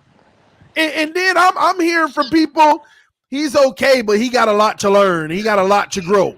Translation, you ain't it yet. Now, there's time where he can become it, but again, don't let that be yet another failed situation. And we constantly, over and over and over, keep failing, and Chris Grier is the culprit behind all of these moves. And the people that we have in now, we were supposed to develop Dieter. What do? Instead, we went and got Connor Williams, and not only did we get him to play his position, you just wiped Dieter out and put him at center and have Dieter just sitting all year. Now, you were the one that's saying they not bad, they decent. Is Dieter not decent? I don't know, man. Dieter ain't played much to even really. Yeah, he ain't played much this year. But is he not decent? He was decent for us at center. He wasn't the best center, but he was decent. I don't know why they put him on the bench, TD. I would have rather you leave Connor at left guard and have decent Dieter at center, because Dieter didn't have a million high snaps. I would have rather that, and then only need a right tackle. But that's Dieter not ain't even on the there. team no more, ain't he? Ain't he gone? No. Yeah, I think he with Buffalo or somebody, ain't it? So when we sit here and say, but you have to admit we've gotten better at the expense of constantly failing. Yeah, I feel you, TD. But that's why I say, and overspending money to hide it. That's why it's what we got to do. That's exactly what I'm saying. That's why we just got to go on trade them draft picks, because just as you just went on your long rant We don't draft well, obviously. So we need to just trade the picks and go get players that we know that's solid, like Derrick Henry. We I'm need to with it. just go and trade it, bro. We here I'm with now. it. Trade it. Forget it. But Your we're boy not. can't draft anyway. So hold on. So hold on. But when you sit here and see that he's not going to do it, what do you think about that? Not gonna do a trade for Henry. Yeah, or go get the right tackle or the left guard you need. Maybe they is, man. Listen, man. No, TD, no. listen, If TD. they don't, I want to know what your reaction is if they don't. It's still time, bro. I Yeah, can't there's say, time. There's time. say, TD. I But can't say what I feel, months down the line, because it's only been 1 week of free agency. We got all the way up until way in the middle of end of next season to be making trades. So it's plenty of time for them to address the situation, man. You're overreacting, bro. Take a chill pill. There's plenty. There's not plenty plenty time. There's not plenty time to address the situation. Listen, the boy from Cincinnati want to get traded. You got the boy down in San Diego. We are not paying your offensive lineman $18 million. You think Chris Grier's finna give the offensive lineman over there $18 million? He'll restructure it. You know how he do. He'll bring you in on the $18 million, restructure you, pay you $18 million up front. Then throughout the season, we paying you $5 million, and we'll worry about it next season. Like we've been doing with Tyreek, and like we did with Chubb, and like we did with Armstead. We're gonna restructure you. We're gonna go on sign you for the 30. Boom. End the season, we're gonna restructure you, pay you 30 up front, pay you $5 million that season. Then after that, we'll go back to the drawing board, man. That's how he running it. And just like he said, the man can't draft. He can't draft. So guess what he doing? He buying people now. So maybe he realizing he ain't good at drafting. That's why he went out here and got Ramsey. That's why he went out here and got Chubb. And that's why he's finna go out here and get either Henry or Cook. And this is what I need you to understand, bro. This is what I need you to understand. Pick a competing team in the AFC. Pick one. Bengals. Okay, I don't know their full situation right now. I know some of theirs, but not their full situation. But this is my point. When you don't hit on your draft picks and you have to go pay players, this is what you go up against in the playoffs. The Bengals, just hypothetically, if the Bengals hit on their draft pick, they obviously going to have way more money than us, right? Right. You know what? The Bengals, I'm glad you said that. The Bengals are a perfect example, okay, because they're very comparable to what we have as a team, with the exception we may have slightly a little more on defense, but they're very comparable. Right. Why is it that next year they'll have $160 million in cap space and we'll have negative $47 million? I guess because they're hitting on draft picks. But guess what? This is the whole point that I'm making. They already got a good team. And now they can literally surefire every position because they hit in the draft. You see what I'm saying? But we out here got to settle with, the left guard wasn't that bad. The right tackle wasn't that bad. Our outside linebackers aren't that bad. We have to talk like that, but they get to talk like we already loaded and now we get to do this. We get to do that. We get to do this too. This is why. Ain't hitting on nothing, though. Bro, what do you mean? They O-line ain't hitting on nothing. One Burrow but once again, guess what? At one point in his career. But guess what? They got the money for that O-line to hit like that, and they don't have to make excuses. They don't have to go get three. They don't have to go get 3 guys and then all of a sudden say the other 2 are okay. They can actually go spend the money and get it done. Yeah, they went and picked up Orlando Brown, then to pay him a big check. Yeah, but once again, point exactly. Yeah, they can do that because they're not missing on every draft pick. And let me tell you the problem with Miami's rebuild. Y'all ain't gonna kill me for this because you should understand this logic. The problem with our rebuild is that we had too many first-round picks. It ain't hit on none of them. I feel you though. You right, man. If you don't hit on a high percentage of them, you're in trouble because they're first-round picks. You got to play them. Well, we had. You got to play them. We got Holland and your boy. No. Yeah, you get some. You get some good picks.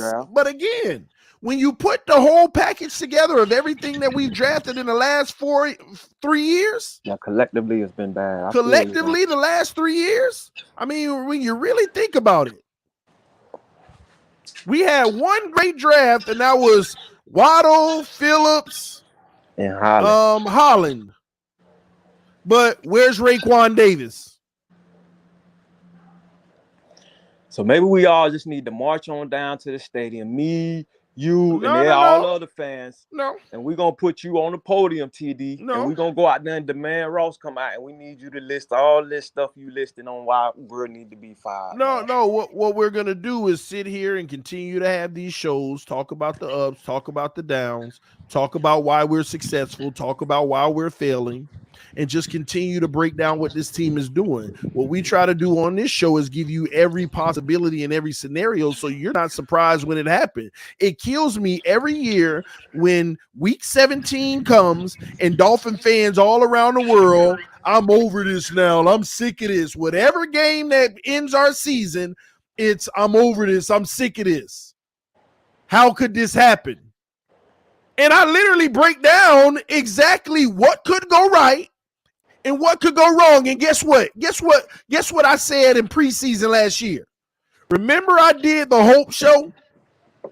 Because you said, I being negative. Well, remember I did the Optimistic Show?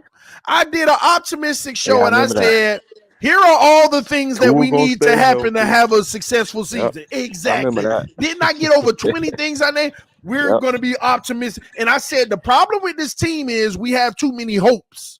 Or too many things have to happen for us to be successful. And it's highly unlikely. But let's be optimistic anyway. Tua got to stay healthy. He didn't. Armstead got to stay healthy. He didn't. Tyreek and Waddle got to stay healthy. We got those. Yeah, even though Waddle was kind of beat up for most of the season. I said, X got to stay healthy. He lingered an injury all season. I didn't even put Byron on the list, and he was the run. I said this old line, Austin Jackson has to play at a high level. That didn't happen. I said Liam Eichenberg has to play at a high level. That didn't happen. I said Connor Williams has to play at a high level because he's switching positions. That happened. Good job for Connor, right? Every 2 or 3 that we needed to happen, only one happened. I went down the whole list and I talked about everything that needed to happen. I said, we got a running back by committee. We got to have a good run game. Didn't happen. I said our tight ends, because Gesicki's on a contract year, he's going to have to play at a high level. We didn't even know he existed. We're going to have to be able to stop the run organically. Hit and miss. Hit and miss. Bro, it was so many different things that we talked about. I said if teams play zone, we'll eat them apart. So we got to hope that a lot of teams play zone, like the Lions, the Bears, the Browns, and Baltimore in the fourth quarter, leaving people wide open. Bro, what we really got to do is open up that run game, TD. We open that run game up, I feel like the defense is going to start cheating up them linebackers trying to worry about Derrick Henry or one of them boys busting the loan, and then Tua going to open up the middle of the field, man. I feel like we got the great balance. Like, I feel like what McDaniel doing with the offense, he's doing a pretty good thing, but he got to open up that run game, man. And that's why it's imperative that we go get a running back. I feel like if we go get a good running back, it'll mask some of the deficiencies we have on the offensive line. I remember you said Henry is a second level back. He is. So maybe we can get these boys to play at least halfway decent where this man can get 1 or 2 yards past the line of scrimmage and do his thing, man. But for us to be more competitive, we got to open up that run game, man. I think it's all dependent on the run game, getting a Derrick Henry or a Cook, and opening up that pass game for Tua, taking that pressure off Tua where he ain't got to be taking all these licks. And I think we'll be a lot better, man. We could have been a lot better last season. I don't know why McDaniels ain't run the ball. Maybe it was because of the run blocking. Maybe, I don't know. But we got to open up that run game, TD. We got to open that run game up. I'm telling you, if we get Ricky Williams production this season, next season, man, Super Bowl, man. We What need a percent Ricky of the Williams, time? bro. What percent of the time you think we need to run the ball? I would say with the way we like to throw in the tour situation, we need to establish the run. We need a strong run. We need teams to be scared of the run. We need to really be a run first team, bro. Really, we need to run more than we pass to establish it and for the defense to respect it. And then once they go to respecting it, we could drop to it back, shoot them over the middle with Tyreek on the slant and burn them for a touchdown, man. But we really need to run the ball the majority of the time because we passed last season the majority. So we need to do a whole 360 flip and kind of come with a whole different approach, a whole different game plan. That's why we got to go get a running back. We got to go and trade that second round. Unless we can draft a running back in the second round and get lucky and he just turn out to be some breakout player, we got to go and get a running back, man. I don't trust that we're going to draft because clearly we can't draft. So we need to just go and get a running back, man. And I say Derrick Henry because he could take a beating. He big, he's strong, he can run. He ain't got no real big injury history like that. And quite frankly, a lot of the linebackers in the league scared to tackle this dude, brother. People getting out the way arm tackling Henry, man. That's a So big maybe part he'll of it for bust me. through. That's a huge part of it for me, and the play action would be like crazy, man. But I got a lot of people. I got a lot of people backstage saying, "Man, it was great talking to you, man. You make a lot of good points." I'm gonna be optimistic, bro, but I'm telling you, man, we got some issues that need to be resolved. I feel you, man. I love your show, bro. I appreciate you, homie. For sure. All right, thank you for coming through. Fifth year snitches said, TD, you refer to PFF way too much. Your credibility in football knowledge is getting dangerously low. Boarding just above Dan Mitchell. Well, fifth year snitches. Y'all kill me when y'all talk about PFF and the credibility of PFF. There is no better stat tracker in football. There isn't.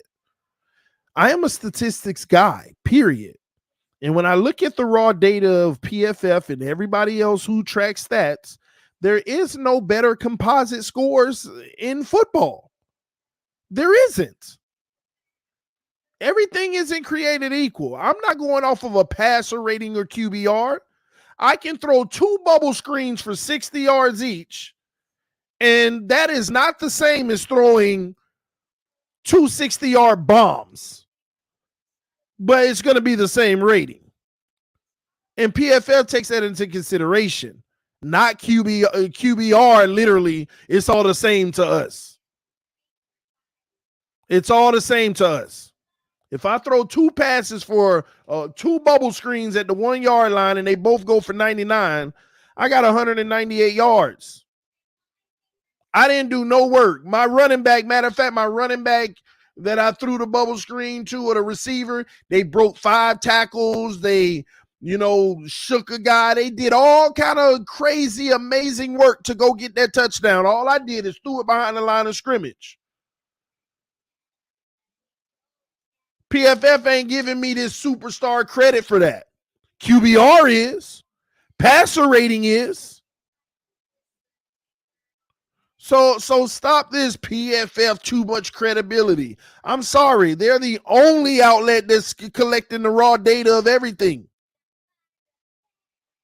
Is it a perfect science? No, but it is the closest that you can get if you compare it to anything else. And I understand numbers to know that. The problem is sometimes PFF doesn't write the narrative for some of y'all. Just saying. Anywho, we got a few more donations. I'm going to go ahead and read. Let me get caught up real quick, y'all. Carroll City 305 in the building said the new O-line coach has been getting knives thrown at him for his coaching ability. What does that mean? He got knives thrown at him for his coaching ability. Listen, man, I just want them to get it right. I just want them to get it right. And it's funny to me that we move on from yet another offensive line coach but we paid all that talent. And the talent that we paid was good. What it's really about is the entire time it's always been about developing the rookies and the sophomores and juniors. That's why we keep firing O-linemen. It ain't the overall O-line success. It's because they want coaches that can develop people, and they can't find anyone to develop people because most coaches aren't great coaches. I'm gonna be honest with you. Most coaches aren't great coaches. Most coaches live off of the talent around them. And if they got the talent, they could coach that up and show them what to do because it's talent. But great coaches develop talent. Great coaches develop talent, not use it. That's for the head coach. But position coaches, you got to be able to take a freaking Jesse Davis and make him better. I don't even know if I can say average, but Jesse Davis or somebody that ain't good. You got to be able to make them better. But we keep on going through offensive line coaches, but Flores got killed for it. Flores went through so many offensive line coaches. McDaniel 1 year in and already got rid of them. On to the next one. Come on, man. Yo, TD, hope you enjoyed spring break with your family. As soon as we signed those no-name O-linemen, I said, dang, TD called it. LOL. Hopefully we figure the O-line out, though, and add a premier-type running back. I hope so, too. I'm going to tell y'all now, whatever the team plan is, I am going to be so interested to see what they do with that second-round pick. We're not going to talk about that right now. We'll have a stream where we talk about that. But that second-round pick, it has my interest because that second-round pick is going to put me all in the brain of what his team's direction is headed. And I'm going to do a show talking about the Miami Dolphins second-round pick because that pick it's going to tell you a lot about this team. Who is doing the grading? You are clueless. They have a whole bunch of techs that are doing the grading. What are you talking about? They got a whole bunch of people using their eye test. So I don't get you're clueless. I know what I'm talking about.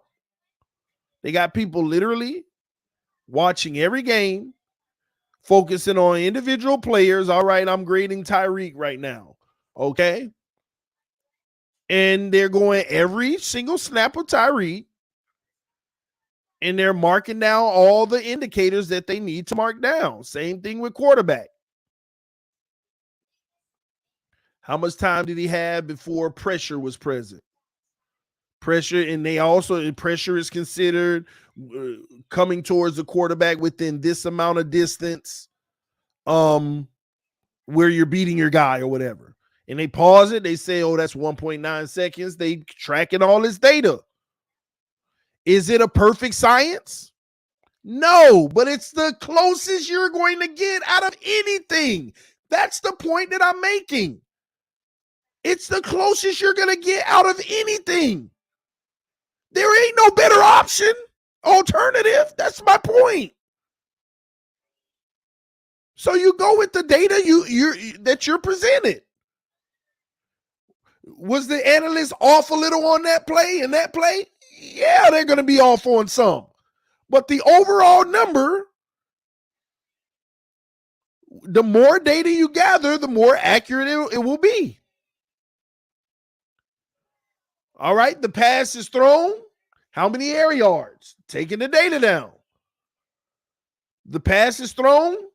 Was it in stride? Was it behind? Was it high? Was it low? They're taking all of that down. Was it a turnover-worthy play? He threw it high and the guy dropped the pick. All right, that counts as a turnover-worthy play. Pressure coming. He throws it 50 yards downfield in stride. He gets credit for a big-time throw.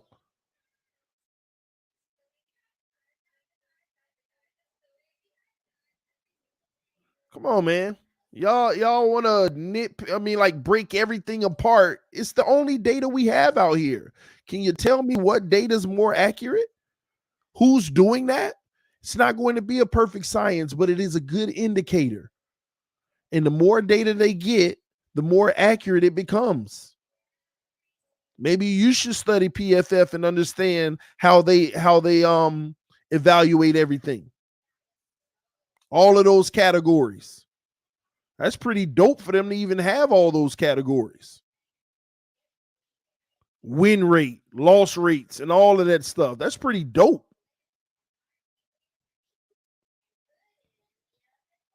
Anyway, I think I got caught up. All right, Ryan, man, what's up, baby? Expect us. What's up, TD? All right, Hey. so we got to correct you on some stuff first. So let's go. Talk to me, man. So 2024, we're only in the red, 4.7 million, not 47. Just to give you a heads up. So 2025, we have 126. Hold on. Back up. You said 4.7 million. Yeah, you said 47 million in the red. 4.7 million 2024.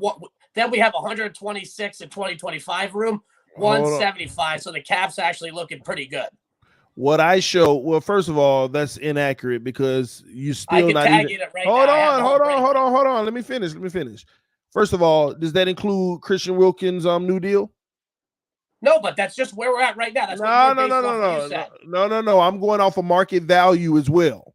And it's probably but you said we were 47. Hold on. I'm going off of a report that already takes that into consideration, the market value. So you have your report. Hold on.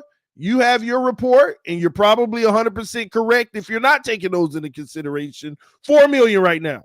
But are we going to re-sign Christian Wilkins? Yes, but we have 126. Hold on. Are we going to re-sign Christian Wilkins? Yes. Are we going to re-sign Connor and Hunt? Yes. So I want to operate off of what it's more likely to be, not what it just is right now. Okay. Because right now, we still got people that ain't even going to be on the roster on there next year. But are we going to do 1-year contracts? Because we have 127 million in space in 2025, 175.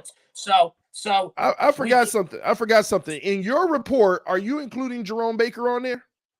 Yep, this is all Jason Saucery put out a really good report about the cap space last night. So you're reading something from Sarney? Yeah, Sorry, I said it wrong. Yeah, sorry. I'm sorry. I'm going off of over the cap, and I'm going off of Spotrac. Yeah, I could tag you. Sonnery just put it up a couple days ago. So our cap situation is not an issue. We can put stuff out. It isn't. Stop saying that. It is an issue. It is not considering all the factors, bro. We are not positive next year right now. No, yeah, but only by 4.7. We're gonna have, if we don't spend that much, we're gonna have rollover. We're not Jones. We're not 4.7 next year right now.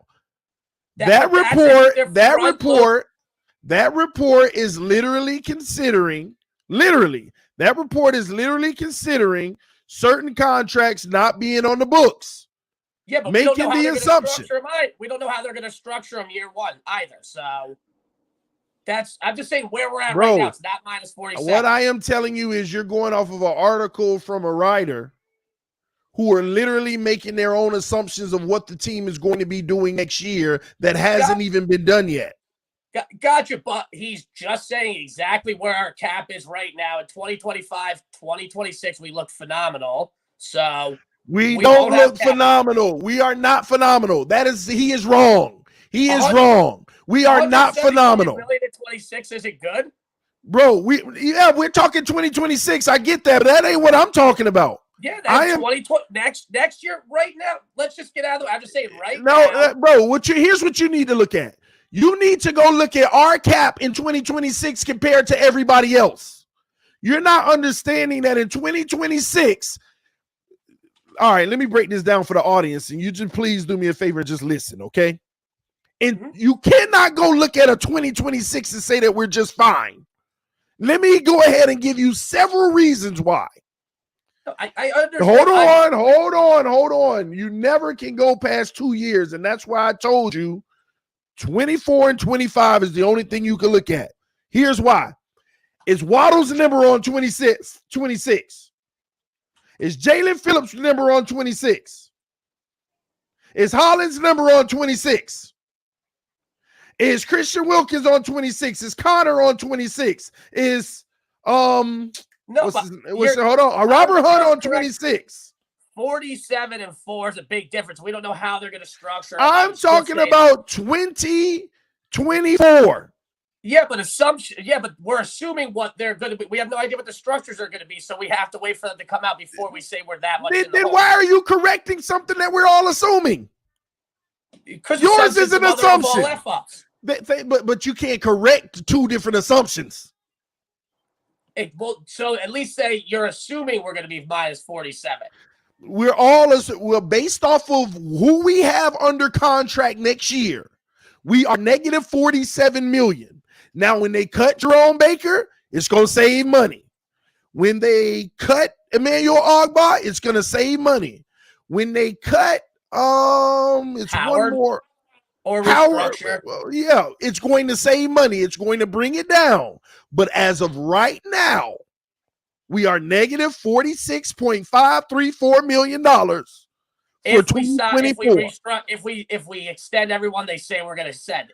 Exactly. So it's just a starting point. Yeah. So that's my point. All right, go to the next point. Go to the next point. And then you said Tua's never had a wow me play in his career. So what about the 25-yard run versus the Pats, the TD run versus the Pats, the 2 runs versus the Cardinals, the 2 runs in the Falcons games? You said 0 in his career.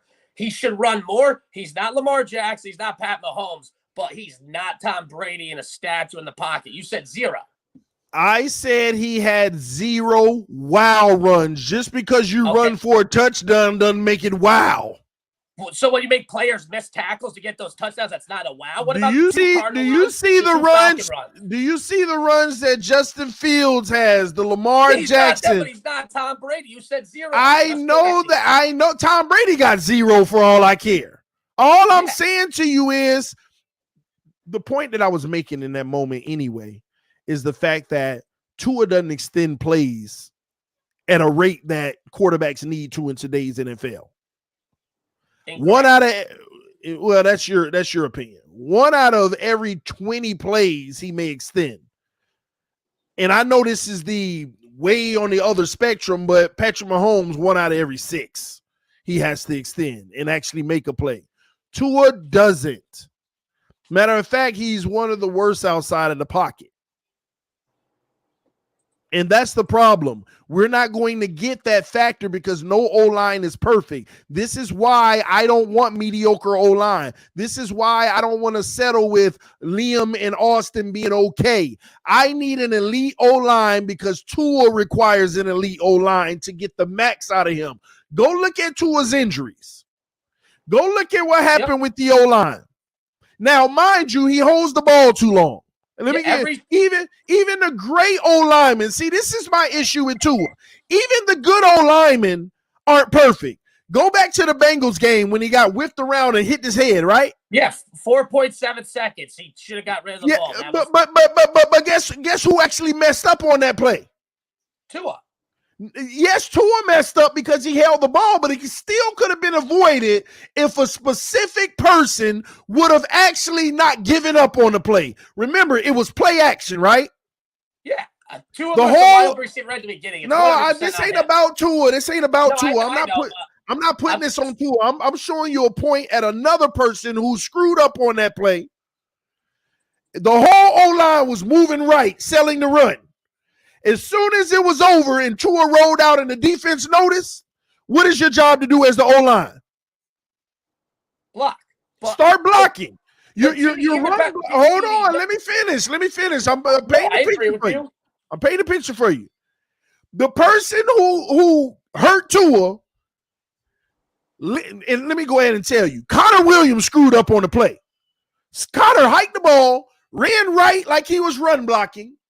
As soon as the defense stopped running that way, and they said, "Oh, Tua got it," Connor was right in front of the man, and Connor stood there and watched the man run right past him. And that's when Tua tried to move left, and he got hurt because the guy got him. Connor Williams gave up on the play. Everybody else kept blocking. Connor just ran out there to the right side, and the guy that Connor was blocking, Connor just put his hands down, and the guy ran right past him. Same guy that went and got Tua and hurt him. Even the good old linemen make mistakes. Yeah, it's suicide to hold the ball over 4 seconds in the NFL or college. So you're going to get the mistakes if you're holding it that long. And I get that. Career. And I get that. But the point I'm making is at the end of the day, I want the best O-line that we can get because guys like Tua need it. He cannot live behind a line that have a few good players that makes it average or slightly above average as an O-line because you're going to always be susceptible to the one play that gets you. Because every quarterback's going to get sacked. Every quarterback's going to get hit. Regardless of how great your O-line is, but you want to minimize that exposure as much as possible for Tua. So if you could take him from getting hit 100 times in a season down to 80, we need that for him. Yeah, and there's, I think we're going to be able to shore up one more spot and then have a competition at the last spot, which I think is fine. You can't have 5 studs in the NFL. No team has 5 studs. But back to the point, Tua ain't got no wow plays. He doesn't extend plays like that. He doesn't. Raven, all right, improvise. So Ravens game, Cardinals game. He doesn't improvise. That's just not. It's normal quarterback play. Bam, Tyreek open. Let me hit him. Good job, by the way. Good job. When he avoided the stacks in the Ravens game, that's not avoiding a stack and extending a play. No, okay, avoid. Okay, bro. Everybody. That's once extending again, a play. Once again, you're missing. You're missing. This is what y'all do. This is what a lot of y'all do. You'll take the one-offs and make it seem like he does that. That's him. No, stop. He can do it. He should implement. He could do it. He should implement. Everybody can do it. Pat White can do it. Pat White, the play he got rocked, he was doing it. TD, you're acting like he's never done it, which is a total lie. That's not what I'm saying. What I'm telling you is he doesn't do it at a level that's necessary in the NFL in today's NFL. He doesn't do it at a level that you need him to in today's NFL. He doesn't have that skill. He can do it. I think he's more of a quick passer. He doesn't have he doesn't have the skill to be able to do it at the level he should. He does not. If you compare him to Lamar Jackson or Fields, then yes. That's right. That's what you had to compare it to. See, I could tell you can name every great quarterback in the NFL, right? And I could tell you what they have that Tua don't. Yeah, and how many of those extending play quarterbacks have won Super Bowls in the last 10 years? I could show, bro. I mean, it's the Super Bowl. It's hard to win. Period. Yes, so your point is no. But again, those guys haven't won, so it hasn't led to Super Bowls. No. It's not that they didn't win. Their team didn't win. They weren't. See, y'all think that the quarterback is the only reason that you don't win. Put it like this. Not at all. Let me ask you a question. If Patrick Mahomes was on this Miami Dolphins team right here that we have now, that we've assembled, Jalen Ramsey, everybody, Chubb, are we Super Bowl favorites? Do you think we can we will win a Super Bowl? If Patrick Mahomes was on the Texans, they're Super Bowl contenders. That's Stop. See, this is the point. No, they're not. If Patrick Mahomes was on the Bears last year, they not winning on Super Bowl. That's the point. Y'all got to stop this. The Bears would have been in contention for 100%. Andrew Luck took the worst roster in the NFL to an AFC championship game. Oh, my gosh. Andrew Luck took the worst roster in the AFC to a championship game. So you act like Bears would have 100% been in contention. The NFC's trash. Bro, stop. Just stop, man. Stop. Mahomes isn't the only guy who makes the Kansas City Chiefs. You're disrespecting all of the talent that they have over there. See, the thing is, Mahomes has a whole bunch of 7s and 8s around him, okay? I mean, Travis Kelce being a 10, but Mahomes has a whole bunch of 7 and 8s around him. You're sitting here making it seem like Mahomes could be with a whole bunch of 5s and win a Super Bowl. Stop. They would be in contention. They're not going to be in contention. They would hope to make the playoffs. Hope. Stop. Everybody needs people. Go look at Mahomes' O-line. Go look at his O-line. That's all you need to do. Just go look at his O-line alone. Go look at his running back, who nobody give any respect to, but look at how he plays and how well he plays. Complimentary. Go look at his receiving core. It ain't the top of the Tyreeks and Chases and all of that, but they're all good players. Yeah, because he elevates them. I'm not saying think that what you want. I'm not saying that he doesn't elevate them, but stop making it seem like he makes them. Patrick Mahomes is the best in this game right now, in my opinion. Period.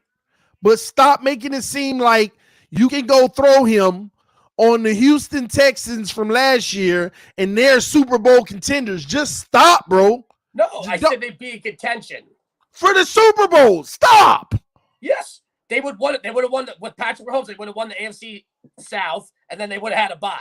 Yeah, maybe. So, no. They wouldn't have had to bye. They wouldn't have had the best record in the AFC.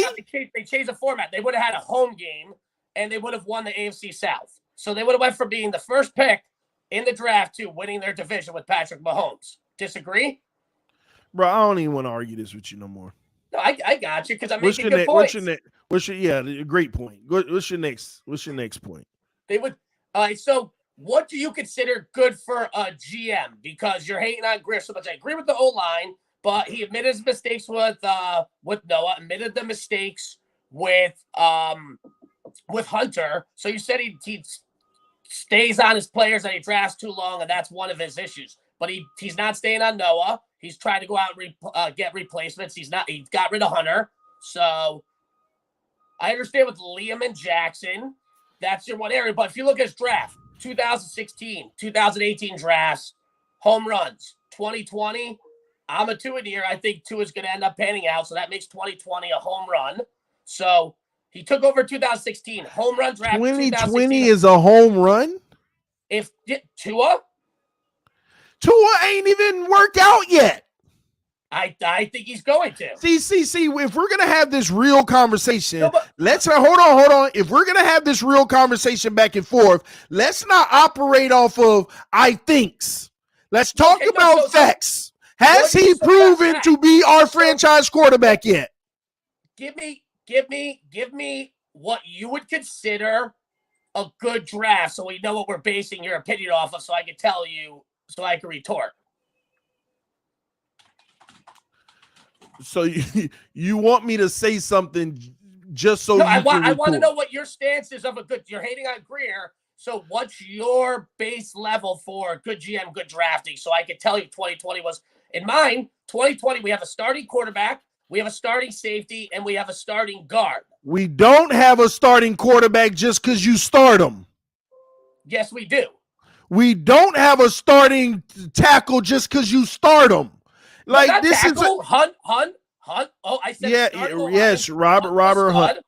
Brandon Jones until he got hurt was developing into being a top level safety, and you have Tua. So any GM in a draft, if you hit 3 starters, and you can hit on Tua all you want, what he did last year gave me enough signs. So that's 3 above level starters in one draft. 2018 home run, 2016 home run. Every GM in the league. Bro, can we do one at a time? Yeah. So that's 3 starters just where are see, you just said any GM that hits 3 starters. No, 50%. I'd say if you're around 50%, which Chris Grier is in his career for good picks, that's a home run GM. Every GM has failures across the board. All right. So let me break it down for you. Okay, you ready? Yeah. This is what I feel that a good general manager is, and make sure you follow me on this. Mm-hmm. First and foremost, I don't grade you on whether or not you're a good GM with your top 10 picks. I don't. Whether they're a hit or miss. Everybody knows in the top 10, whoever you select, everybody expect them to be good, even if they don't end up good, okay? Mm-hmm. That's a given. When we drafted Waddle, I don't give Chris Grier credit for that. When we draft people in the top 10, I can care less. Those are the guys that everybody, all GMs think are going to be pretty much good, even if they don't end up that way, okay?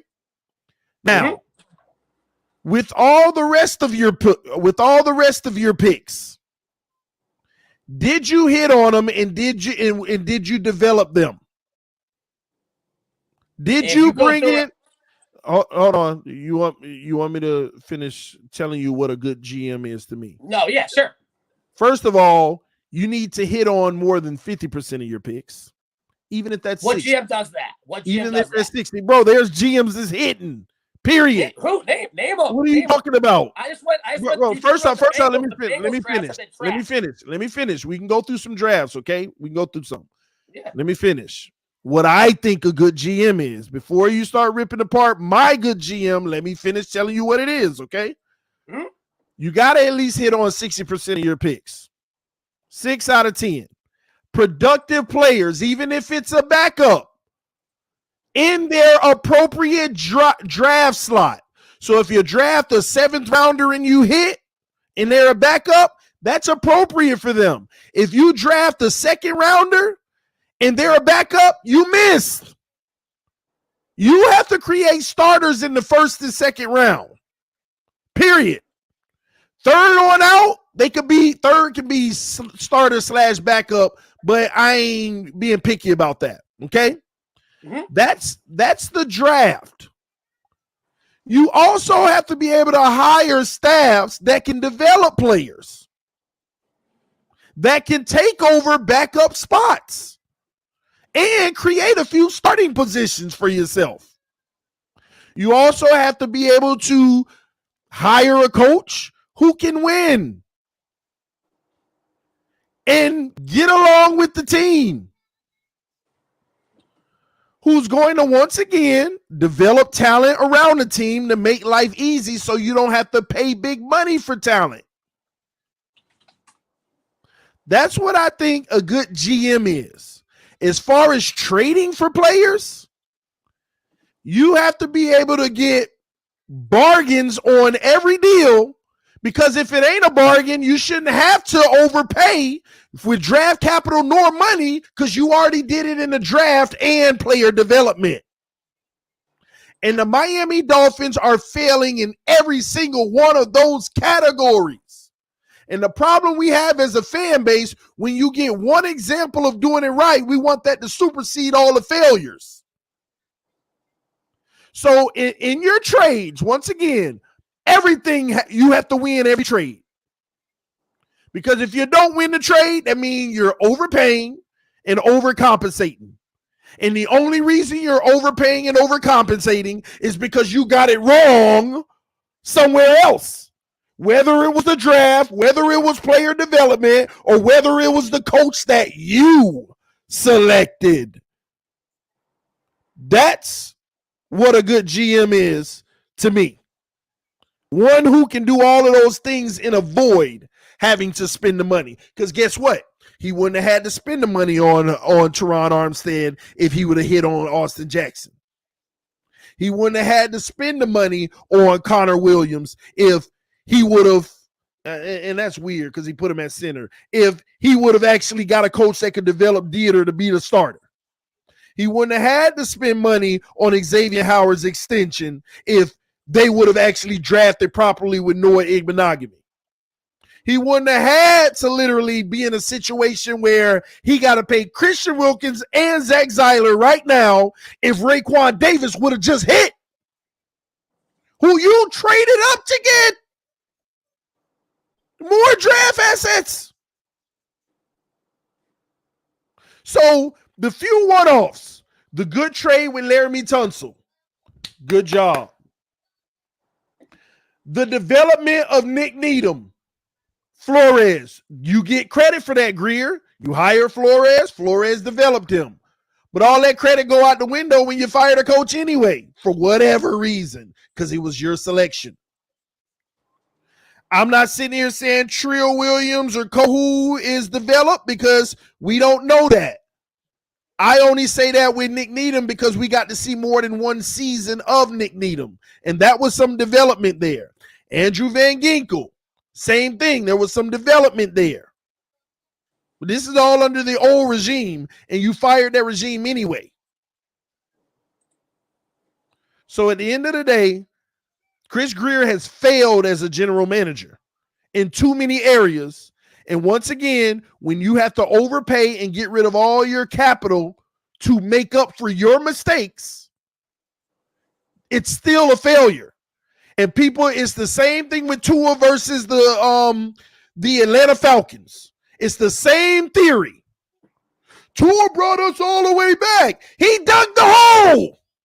Is Les Snead a good GM? He dug the hole. And that's my point. You can't dig the hole, and then when you get us out, matter of fact, you don't get us out the hole. You just get us back to ground level. You don't start making a hill. You just get us back to ground level, and we want to give credit. Look at how he dug us out of the dirt. He the one that made the hole. I don't get that notion. We need mountains. We need mountains. If you're gonna dig a hole, dig it with another team and use that dirt for our mountain. But he dug the hole, and now we gotta overcompensate just to get back to ground level. So, like I said, he has failed.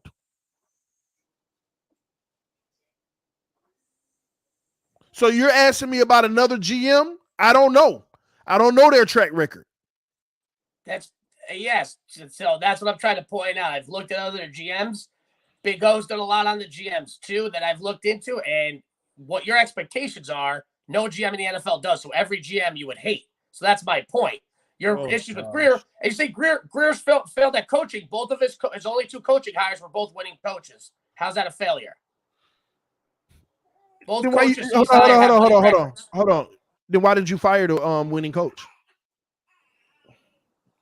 We know why they fired Flores. The staff, this whole offensive staff wouldn't talk to him. Sometimes it's the man and not the coach. You hired him. Yeah. You hired him. In the interview, he wasn't going to be like Belichick, and he lied. So if I go to a job interview and I tell you I'm an employee one way, and then I'm totally different after I already get the job, would I keep my job? No. Give me 1 second. No, I'll get her. No, you do that. Yeah, when you're done. My bad, bro. No problem. No problem.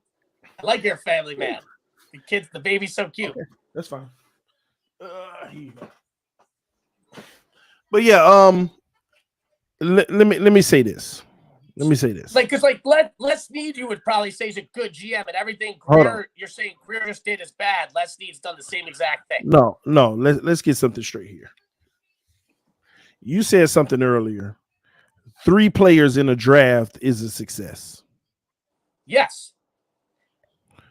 Every analyst I've listened to sports radio, if you love Colin Cowherd, they've gone over that. They've had GMs on their show, Big O, anyone. If you average 50% for starters, it's especially the first round. His first round picks, he's above 50%. They went over every GM above 50% in the first round is doing a great job on hits. Okay. Listen. See, this is why I'm a stats guy. And if I wasn't a stats guy, I would feed into that. But you're absolutely wrong in this situation. Okay, and let me tell you why. You're trying to tell me that the 2020 draft, because we hit on 3 players, it was a success. Yes. What 3 players did we hit on? Hunt. Mm-hmm. I give you Hunt. Brendan Jones.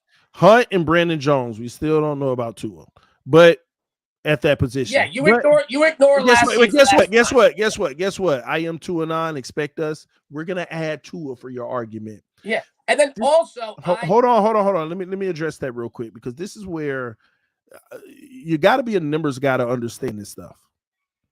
First of all, 3 out of 7 ain't even 50%, but I'm gonna give it to you. And I think this season also we can add. No.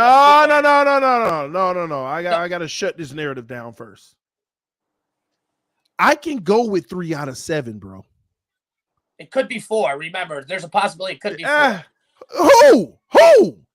I think we're gonna get a really good season out of Davis. I know you don't like him, but He's shown flashes, man, stop. Oh, okay, stop. Just stop. Okay, stop. Now you're just trying to throw people in there. Now Raekwon Davis is going to be the dude now. Listen. You watch enough football. Sometimes the light bulb clicks on year 3. I'm not saying Davis has failed yet. This is year 4. This is year 4. He was in the same draft as Tua, so you don't have to look it up. Sorry, year 4. Contract year, so he could. I think we could have a different opinion by the end of the season. Sorry. Yeah, I get that, but you're just throwing stuff on the wall, hoping it sticks now. But here's where you're. There's three good ones. If we potentially 3, hold on. 3 out of what? That's your problem. That's your problem. You didn't think this through. 3 out of what? We drafted 11 freaking players. So I get your argument in a regular draft. 3 players is a hit, but we drafted 11 players, 5 more players. Yeah, but they're 4th rounder bluff is TD. 4th rounder under is a total crapshoot in the NFL. Come on. It doesn't matter. What are you talking about? Now you want to cut it off to 4th rounders? So hold on. So now on a regular team, 3 out of 4, since we're going to cut it off in the 4th round, 3 out of 4 is a good draft now. Stop. So you got to count every draft pick. Count everyone that means throwing 4 because Blake Ferguson started every game last year. So that's got to be a hit. Bro, so then you have to get. So wait, hold on. You have to. So your definition of a hit is if you're a starter, if you're starting games. You just said any pick 3rd rounder below, or if they're a serviceable backup, you consider that a good pick.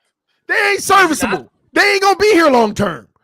We already know that. We're talking about players that are gonna be a part of the future of the team. That you can see there, whether it's a starter or a backup. Like I said, stop, bro. We hit 3 out of 11, and the 3 is debatable. The 3 is still debatable. Come on, stop. The 3 is debatable. You hit 3. Now we'll see. Yeah, see how that a lot of crowds. See how that whole no. See, that's okay. If all 11 of them start balling, it's okay to eat the crow. But like I said, if we're gonna have this conversation, let's speak in facts and not out of our feelings and our hopes and what we. I believe. I believe Raekwon Davis. I believe Raekwon Davis is going to take off this year. You know, in year 3, players take off, and he's in year 4. Well, I still think. Come on, man. We differ on Tua, so that's fine. So that's where our opinions differ.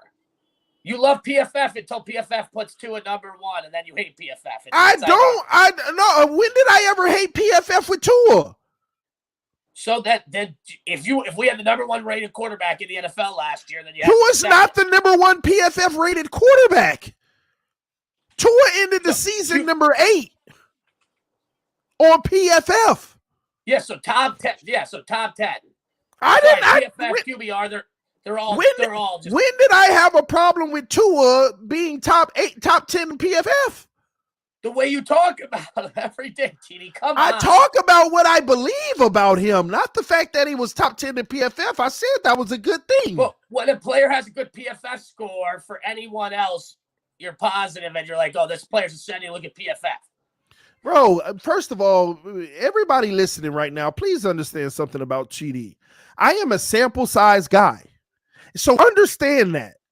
If you go out there and you give me one play and you throw a bomb touchdown, okay, great. But if you go out there and you, on the first play and you throw an interception, you're trash right now.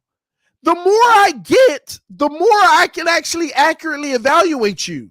And the problem all of y'all are having, Tua's quote unquote slightly above average year that he just had, y'all using that as if that's his bottom. Imagine what he's going to be going for. Y'all using that and y'all are straight up disregarding the first 2 years. Well, it was a different coach. It was this and that. No, that's still his play. I'm not going to discount that. Now, this year, if he picks up from where he left off and he improves even more, that's a great sign. And maybe he can start changing the narrative.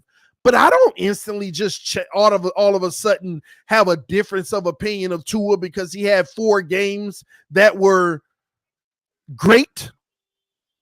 I mean, I acknowledge those games. I have not ranked on Tua being top 10 PFF. That doesn't mean he didn't have flaws. Hell, the Jacoby Brissett was number 5. And technically, if you go look at his play this year, he actually performed fair this year, Jacoby Brissett. But at the same token, that doesn't write Jacoby Brissett's future. That don't make me say Jacoby Brissett better than Tua. Now, I may say it to the Tuaneers on Twitter to get him mad, but that don't mean Jacoby is better than Tua because I got to look at all sample size. I saw Jacoby last year. I'm not going to wipe out last year because this year he was better. I'm going to put them together. He improved his overall outlook that I have on him. But I'm not finna sit here and just say, well, this was his good year. That's all I'm going to use and ignore last year. No, he was horrible last year. So at the end of the day, like I said, man, some of y'all are just looking to see where I'm wrong because it doesn't fit your narrative. But I'm here for it. We can have the debate. We can have a conversation. But let's talk in facts and not hope. Or at least say this is what I'm hopeful for and don't make it sound like a fact. You're sitting here pulling, well, I think Raekwon Davis is going to be another one because I think he's going to have a breakout year. Okay, that's fine and dandy that you think that. But right now, for this argument's sake, you cannot include him. If you get 3 starters out of a draft, that's a good draft. It depends on how many players you draft. Go through everything you're saying is you would you would be a fan of the Chiefs hating on your Chiefs GM. What happened? If you were a Chiefs fan, you'd be hating on the GM with what you're saying though, with what you would expect from your GM. So I'm just pointing that out. 3 starters in a draft's a good draft. 2021, great draft. I didn't say 3. I said 3 starters in a draft is a good draft if you're drafting 7 players. Why is it so hard for you to realize that? I agree with you. 3 players in a draft is a good draft if you're drafting 7 players, and that's less than 50%. But that is good. 3 players in a draft. But the problem I have is if you got 3 first-round picks and you only got 3 out of 11. Yeah, but you had listen. Only plays like 3.5 years. So listen, we had 5 players in the first 2. We had 5 players in the first 2 rounds alone. We had 3 more cracks at better talent than normal drafts than every other team. Every team get 1 first rounder and 1 second rounder. We had 3 first rounders and 2 second rounders. Yeah. He listened to Flores, which was stupid with Noah. So let me got enamored with that Devontae Smith game, which was stupid, bad pick, 100% agreeing. Jackson, they should have never taken Jackson. We took a knee Ryan, take a best player available. Ryan, well, hey, Chris Grier did it, okay? But yeah, Ryan, so you can give him an L there. But the overall draft is not a success. Stop, Ryan. Pick a coach in the pick a team. Just pick a team, Ryan. I looked at the Cincinnati draft. All right, stay with Cincinnati. Picks. Okay, stay with Cincinnati. Okay. Yeah, look, I already looked at who they drafted, the stats. It's not as good as you think. They got their couple picks like we did, but outside that, a lot of failures, a lot of L's. Every GM takes L's. Chris Drew, 2018, 2021, 2016, all top 5 GM drafts. If you look at Ryan, take any team you want, okay? The point that I'm making here is this. Oh, thank you. The point that I'm making here is this. If Cincinnati has a first round pick, a second round pick, okay? And first, second, third, fourth, fifth, sixth, seventh. They got 7 picks. and Miami has 3 firsts in 2 seconds. If they hit on 3 and we hit on 3, it's not the same level of success, bro. Matter of fact, the team that had 11 picks did not hit. It's 11 picks, and 5 of them are in the top 2 rounds. And all I'm saying to you is the other teams that had 7 picks and hit 3, imagine if you gave them an extra 2 first-round picks in a second. I got you, but there's no team doing that year in and year out. If you look I get that. Chris, so 16, 18, 20, 21, all fire drafts. Why are you even in 2016? Because it's just Grier's first year. We're judging Grier, so you got to look at his whole resume. Okay, include your 16 then. I'm talking about our rebuild. I'm not talking about what we were doing then. I'm just only thing I've cared about is Miami Dolphins' new era, the rebuild, which started the year that we traded Ryan Tannehill. So 2019. So that's where I like to start, because 2016-17, we already know where that took us as a team. Yeah, so 2021, great draft. 2020, you think failure. I think it's a so-so draft, but still, it's not awful. And then this year, we don't have that many picks. We'll have to see what happens this year. But 2021, great draft. 2020, you hate it because you're not a big Tua guy. And I agree with the Jackson and Noah pick. But that's one of the problems. If you want to give a flaw about Chris Grier, his flaw is he becomes a GM for the coaches and not a GM for the team. Jalen Waddle. One flaw I would point out. Jalen Waddle, everybody knew was going to be a great NFL player. There was no bust factor in Jalen Waddle. Okay. Jalen Phillips, arguably the number 1 pass rusher on the board in the draft. Javon Holland, I give him immense credit for. Even though we knew he would be good, 2nd round pick, value, great pick. Every pick after that, that's where I see this. That's all I'm saying, bro. I grade GMs on the nuggets you can find in later rounds, but once again, remember, draft ain't the only aspect of a general manager. No, gotcha. Are you? What are you doing? What are you doing in the No, ain't no free agent pickups. That's your pocketbook. Undrafted free agent pickups don't count. Yeah, they do. They definitely do. But once again, what do you do outside of the obvious? That's where you make your money. What are you doing outside of the obvious? Liam Eichenberg, Hunter Long. I can't get mad at the Liam. Larnell Coleman. Produced studs. Jared Dokes. Yeah. Jared 7th round pick. Come on. Hunter Long was a Flores pick. So is Noah. Stop talking about because somebody a 7th round pick. Why do you keep saying that? Because what are the odds that a 7th round pick hits in the NFL? TD, the NFL players average 3.5 years for a career. Come on. You have to be, if you're going to be hard on Grier, be hard, but be honest. 7th round picks. Let me tell you why that's a bunch of crap, Ryan. Because if you can go get Jared Dokes in the 7th round, why didn't you just draft the undrafted player? Like, you see what I'm saying? Like the Nick Needhams of the world. Why didn't you know their talent? Why didn't you evaluate that early to go ahead and draft them? They did, so don't tell me a 7th round pick is nothing when undrafted players become really good backups. So if you're nitpicking on a 7, I'm not nitpicking. My whole point is if you could hit on an undrafted, then why didn't you draft them? You weren't guaranteed to get them. They were open to go anywhere. Because they probably have good info that there's certain players on their board that aren't going to get drafted, that they could sign as unrestricted free agents, and then they could take a risk on a pick they think could become a stud that they think has a lot of upside. Thank you. And you got it wrong. You thought that they could become something.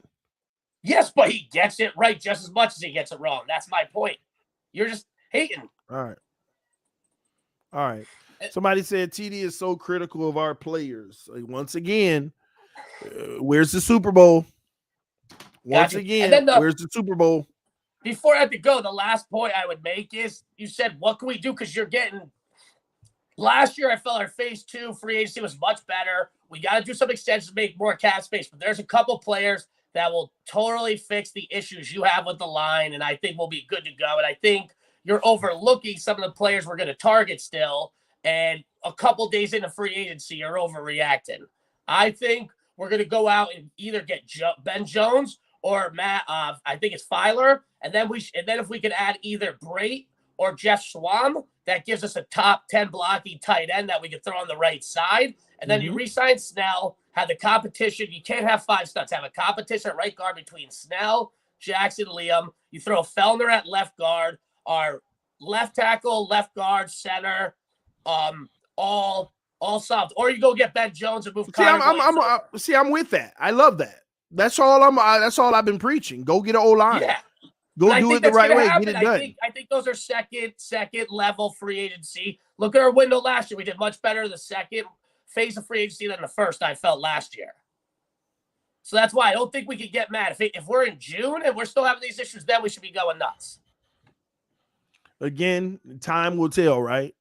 Yeah. And I'm hopeful. I'm hopeful that we can address these areas on the team. I appreciate the time, TD. No, I appreciate you coming through, man. Hey, and don't be a stranger. Keep bringing it, all right? Definitely. I love it, man. Have a good one. All right, you too. If you want to win now, this round, second pick must be a stud workhorse back. He can help immediately draft the next Derrick Henry, no project. That's interesting. I can't wait till I do that stream because that's very interesting. Somebody said I had the shortest 2-year career ever. Oh man, that's funny. Let me see here. Let me make sure I got everybody's. All right, we good. All right, so listen, man.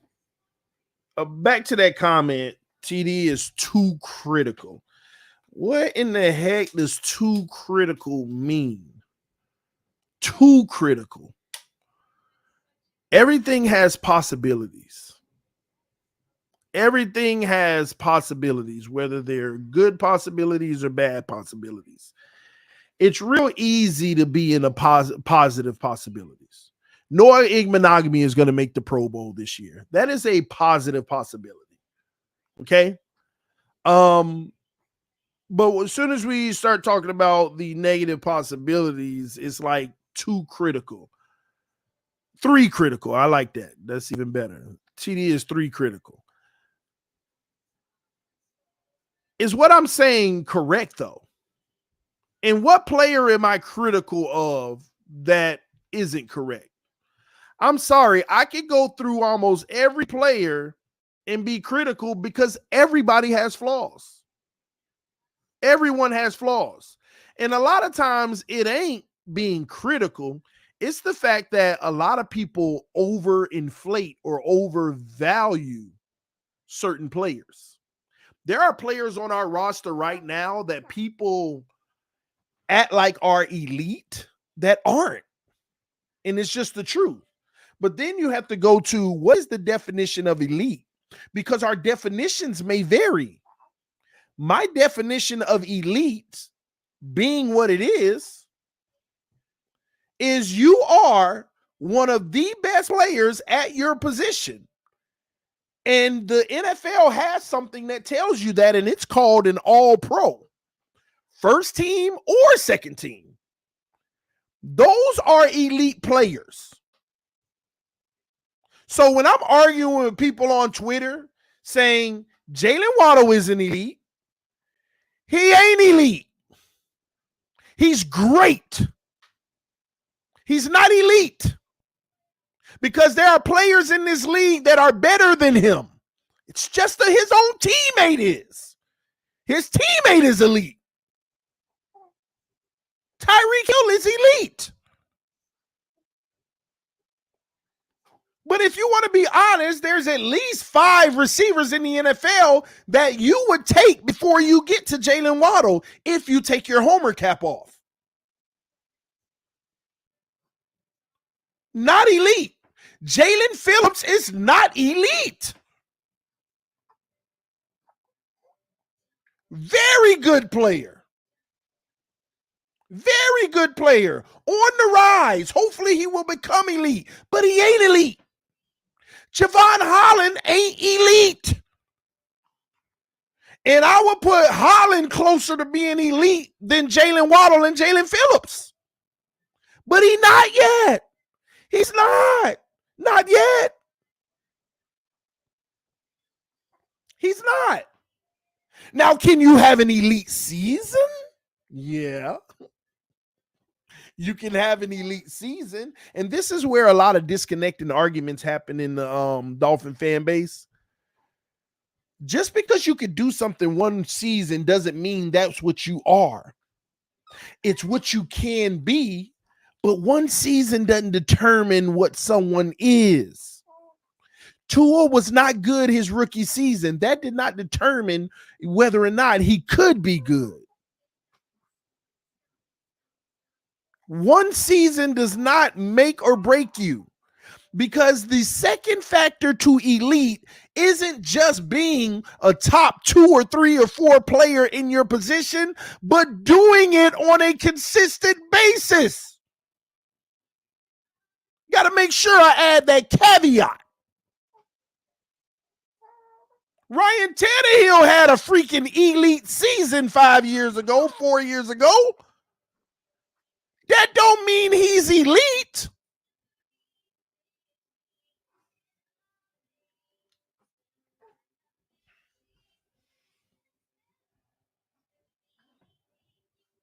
Everybody that put that Dolphin uniform on, we want to give them the elite title. You're too critical. No, I'm calling it what it is because too many people have the wrong perception or definition of what these things are. You're overinflating and overvaluing to make yourself feel better about the team that you love. That's all many fans do. They overvalue and overinflate what they really have to make themselves feel better. And I don't have a problem with that. The problem I have, which disgusts me, is your reaction at the end of the season when it all don't work out. And what bothers me is how mad you get when someone tries to tell you what you believe is overinflated. And then at the end of the season, you have this or somewhere in the middle of the season when it starts falling apart, you have this reaction that's so shocked. I can't believe this. I'm done. It's the same thing every time. How many times, like, come on, real Dolphin fans, how many times have you sat here and witnessed our fan base?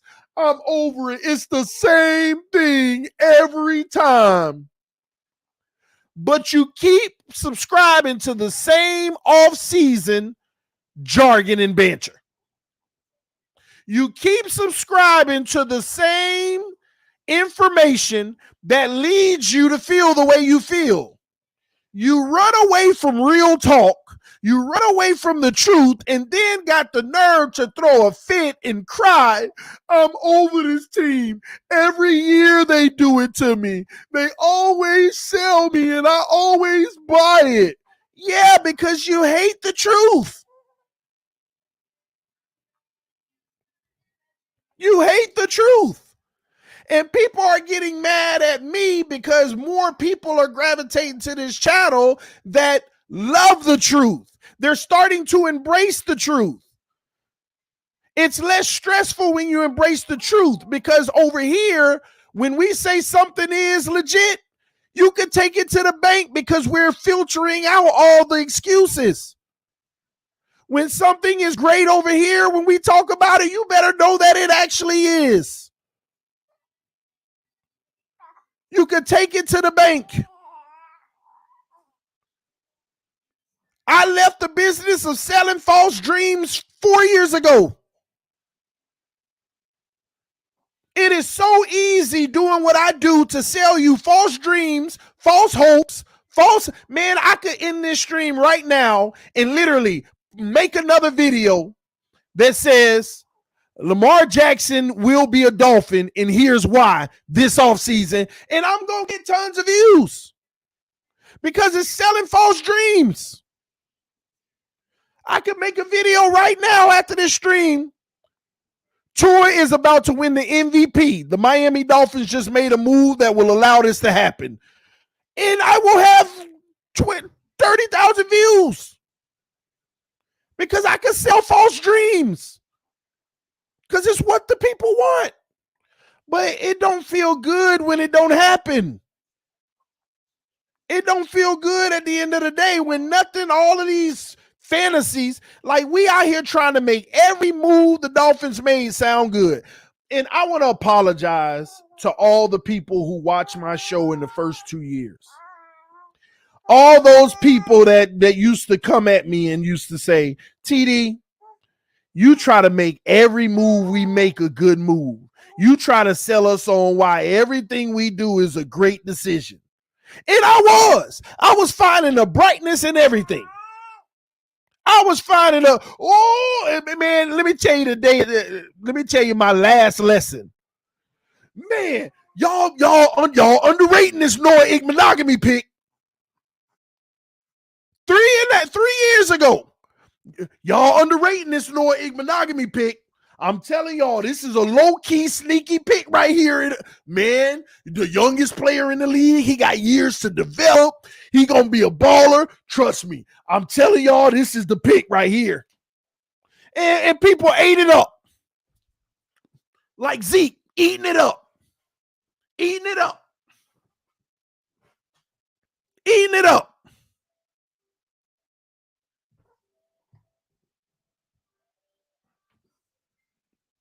And from that point, man, when are we going to learn? So I'm sorry. I'm just trying to keep it real now. I'm just trying to keep it real now. And that's not going to always be the most favorable conversation. But guess what? I guarantee you, people who subscribe to this channel, they ain't never shocked by this team. Matter of fact, they feel, most people on this channel feel a sense of like they have this sense of getting it right. That's crazy. Donald, if you're watching right now, I was just clicking on you, bro. I was just clicking on you right whenever it disappeared. People on this channel actually are used to getting it right. That's what you don't understand.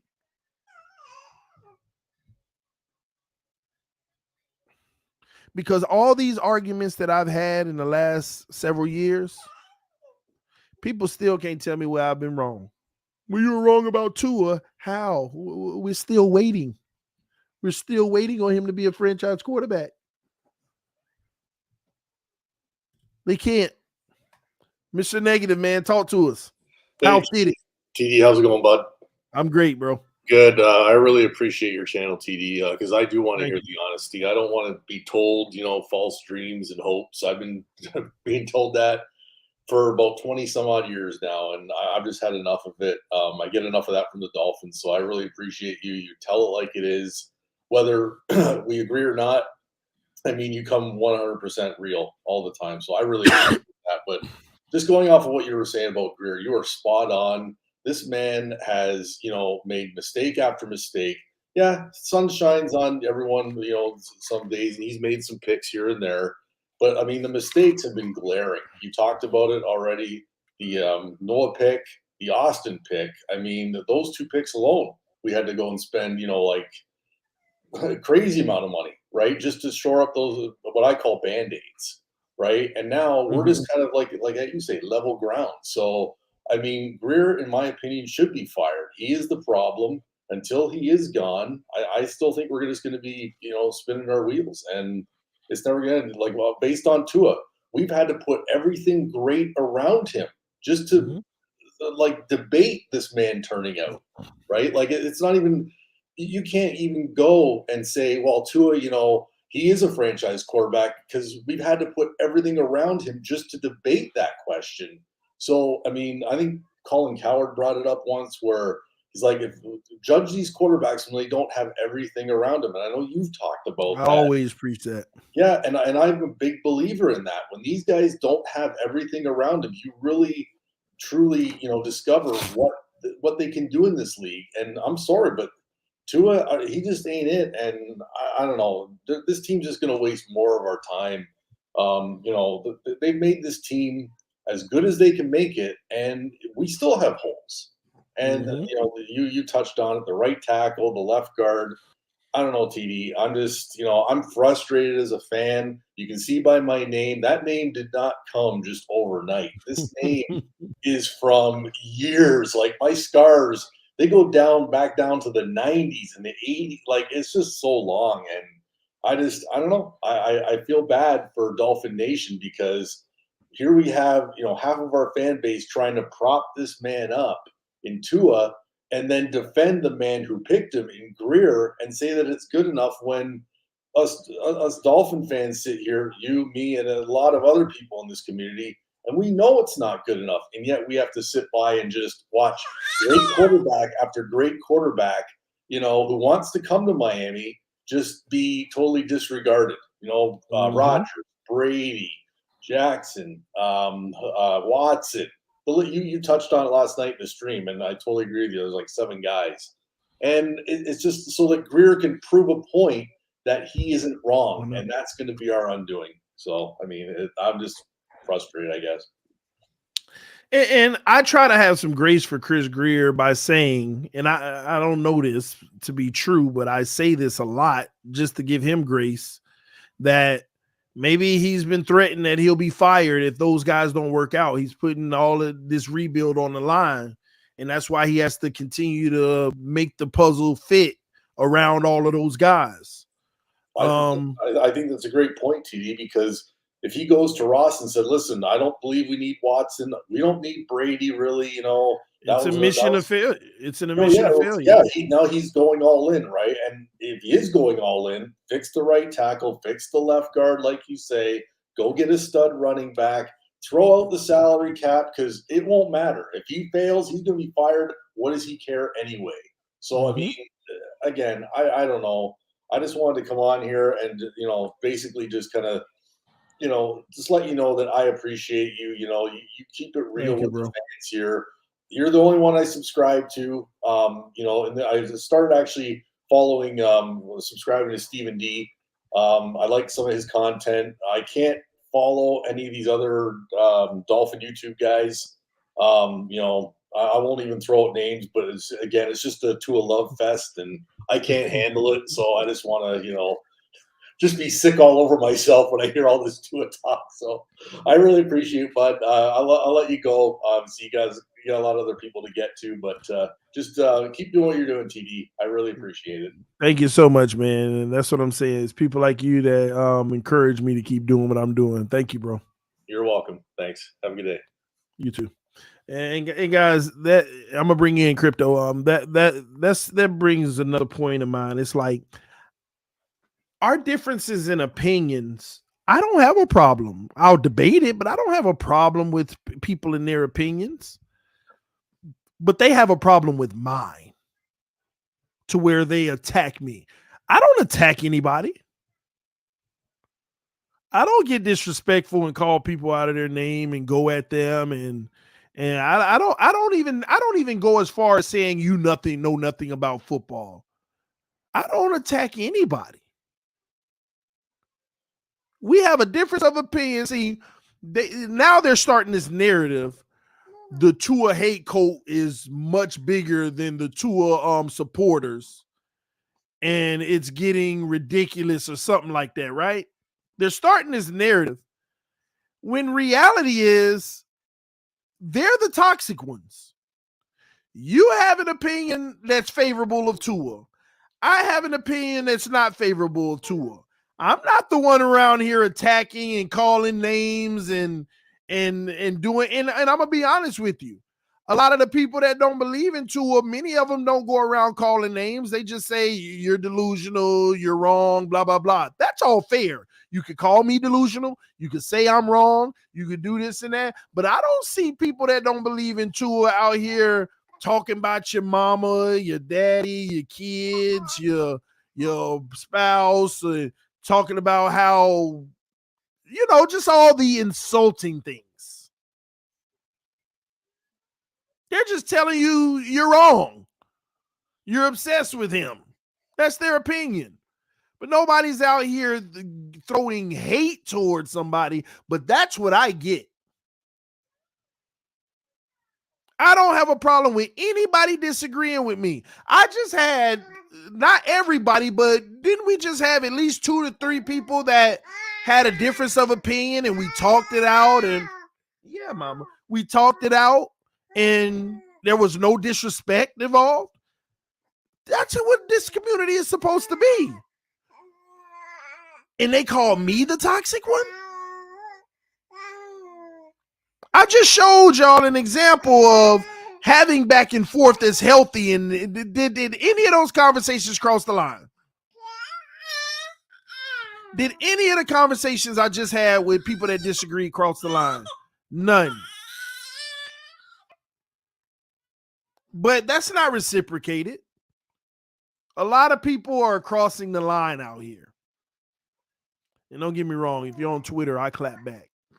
I cross it right there with you, but I don't cross it first. All right. TD the baby crying. No, she not. No, she not. No, she not. Yeah. Dada.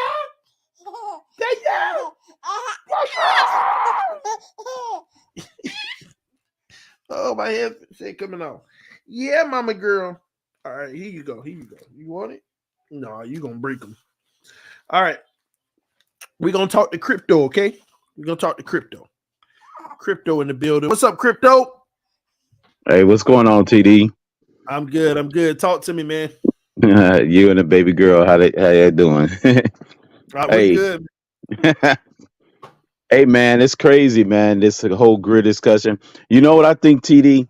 I think there's an unholy alliance forming, and this is the unholy alliance that's going on. It's basically between the two facets on the Tua debate. Those who don't believe he's a guy to those who wholly believe he's the guy. And Grier is just a conduit for that unholy alliance.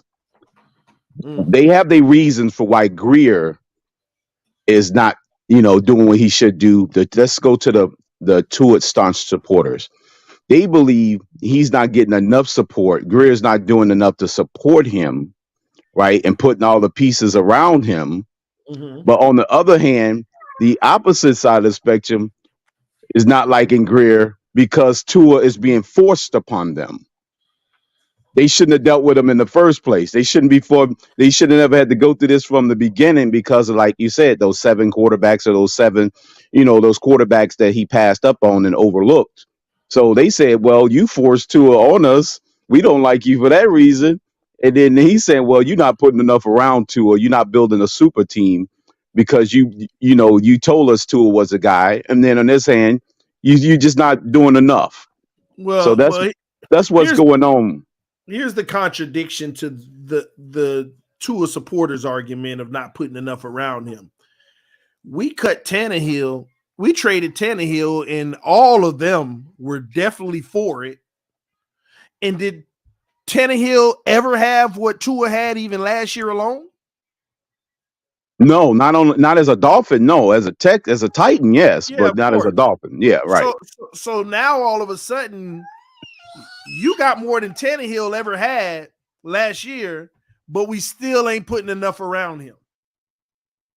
How much does it take? But to be fair, on my side, I've told you it's going to take everything. And the crazy thing is, they don't want to acknowledge that, but that's what they're also technically acknowledging. It's going to take everything around Tua.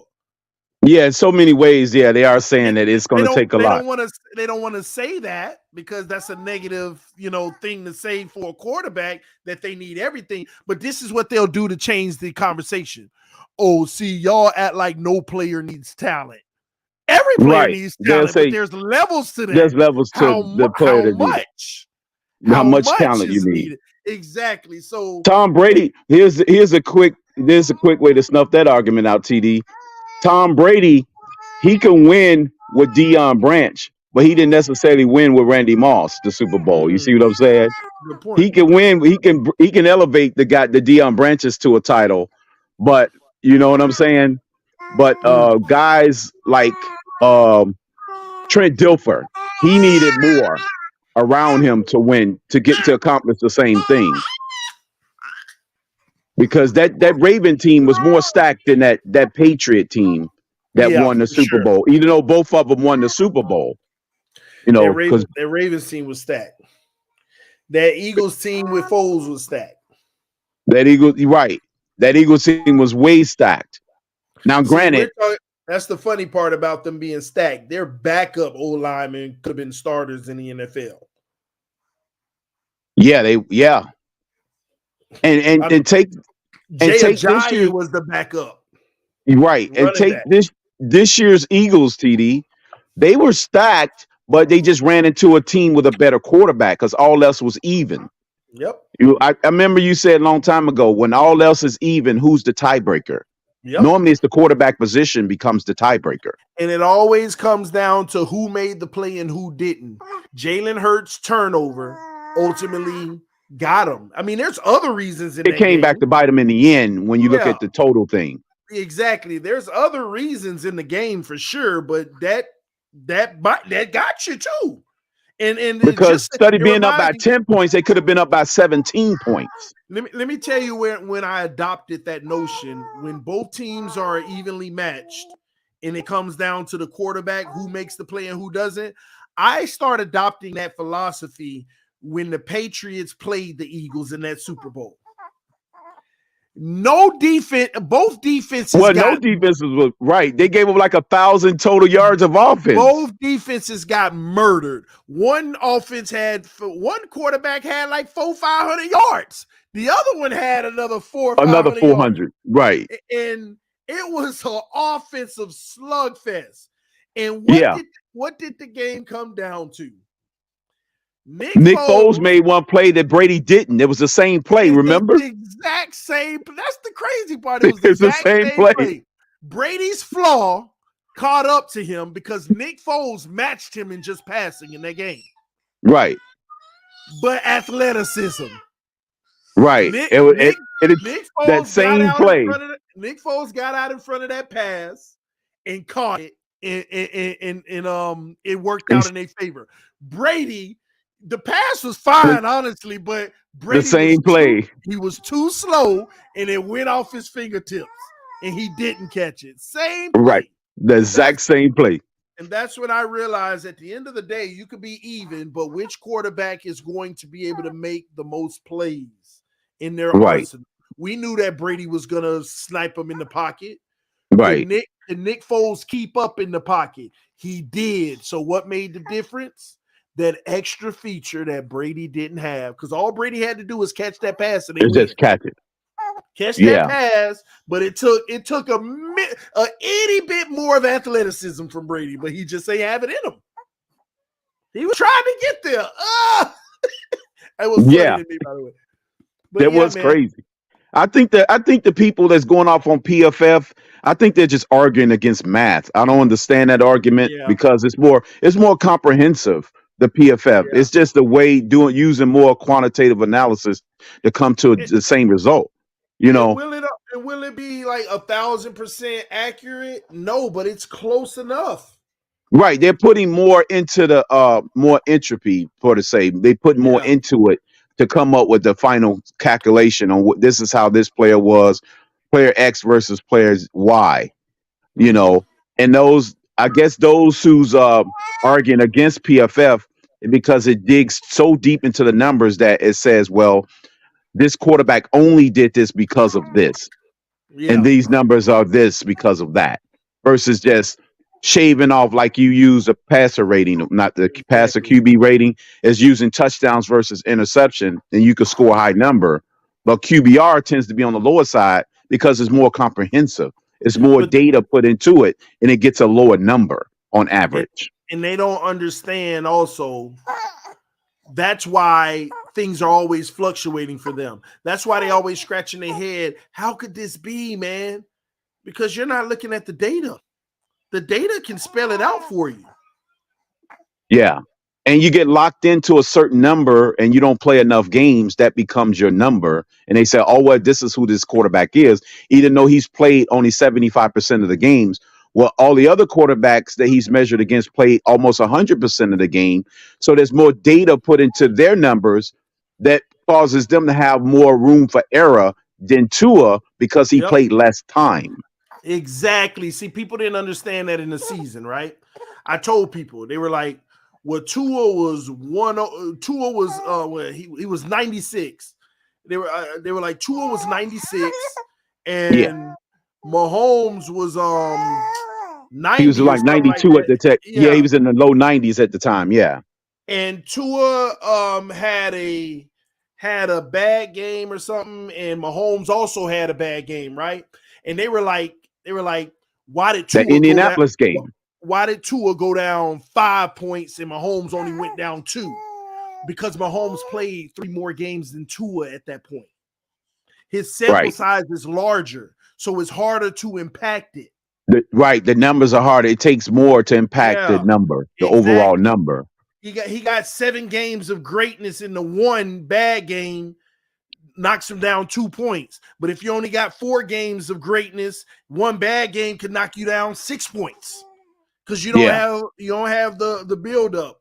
They don't understand. See, PFF is for the numbers people. So those who aren't about numbers and don't understand it, it is what it is. They can stay in the dark. They can keep guessing. They can keep going off of QBR and passer rating. I'm not saying QBR and passer rating don't have any meaning. Right, because QBR it gives you a lower number overall than the quarterback rating. Right. And they say, well, the rating is 105, but the QBR could be a 450 for that game.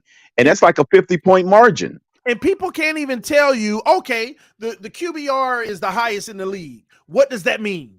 Well, he the best quarterback. No. Was Tua better than Patrick Mahomes this year? No, nobody's gonna say that with a straight face. Not at all. So tell me, what does QBR tell you? What does passer rating tell you? What is it telling you? People want to throw it out as the stat. Okay, then what does it tell? He is number 1 in passer rating. What do you conclude from that? Yeah. What does that conclude? That he was the best quarterback in the NFL this year? That's how you know. Because that's not a large enough body of work, TD. They can't use that. But they're using it now to gauge. They even using this now to come up with this narrative that now, since he had that one good season last year, that is him. And now that Aaron Rodgers had a semi-bad year, that is Aaron Rodgers going forward. Mm-hmm. It's like they'll take those 2 snapshots and say, that's who these players are, not realizing that Aaron Rodgers may have one bad year out of every 10 seasons on average. They're not looking at, okay, he took a snapshot of one of his bad years in a decade, and now all of a sudden that's Aaron Rodgers as a whole. You can't do that. And then now they say, okay, one good year out of 3 years for one guy, that's who he is. So that automatically makes him better than Aaron Rodgers. I'm starting to hear these arguments in Twitter Spaces because they're locking in only 1 year and saying 2022 is all we got. That's when it gets sickening to me. You see what I'm talking about, bro? That's when it gets sickening to me. People have gone as far as to say things out of their mouth like that. Now, did he have a better season than Aaron Rodgers? Maybe. Right. That's not the way they're phrasing it. They would lock it in and say, well, he's better now. That's who these guys are going forward. Like Aaron Rodgers had Tyreek and Waddle. Right. Like, come on. See, that's where it bothers me, bro. This is where they've gotten to a point. And if you're somebody who's saying that Tua is better than Aaron Rodgers, period, then That's no hope at that point. They can't make that argument. I mean, you could say, yeah, he had a better season. I mean, there was times where the 15th ranked quarterback had a better season than Dan Marino at the end of his career. Like one of his 22 years he's been playing. I could snapshot quarterbacks that had better years than Marino, but that means they're better quarterback. These are the same people that might as well go ahead and say Tua is better than Tom Brady. Tua is better than Patrick Mahomes. Tua is better than I just can't, man. See, this is all I'm saying. This is what I'm talking about. Yeah, they taking those small snapshots of last year and saying that's who these guys are as a whole on whole. I'm like, no, wait a minute, pump the brakes. Yeah, you can make the argument they had a better season, but you can't say they're a better quarterback because the larger sample size is just too great for you to say that he's better than that guy. First of all, let's just get something straight here.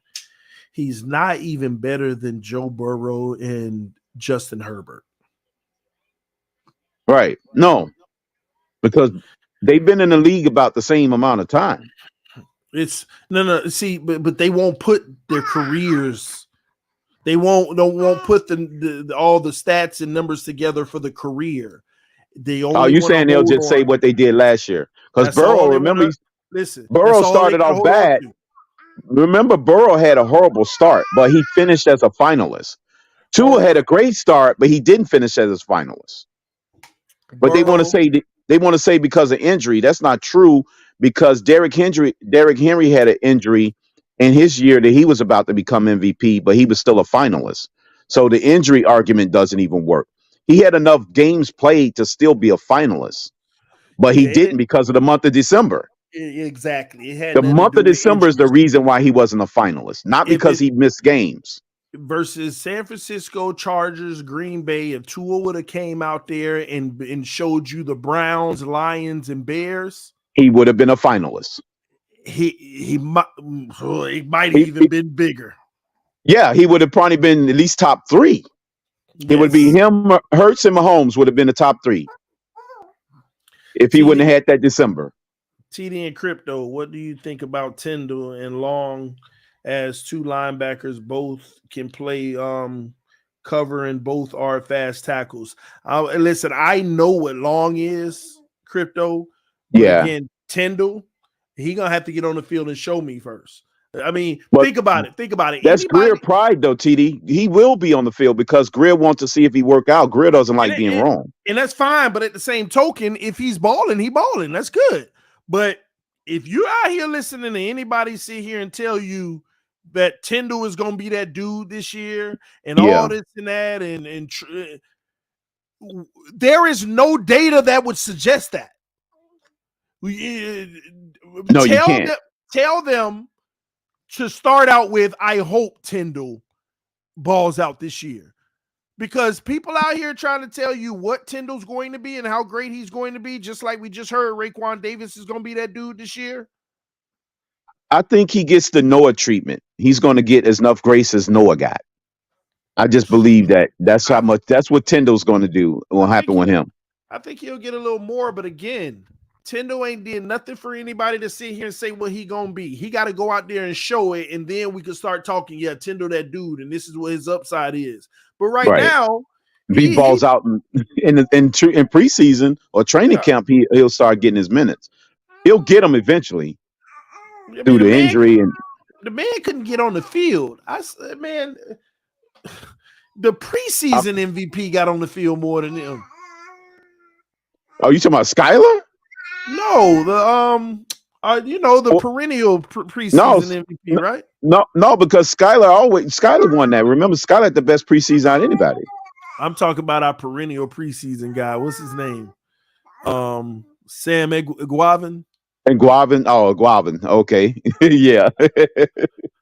Right. But if he does that in the preseason, I see Tyndall probably he could, but like you said, we have to hope.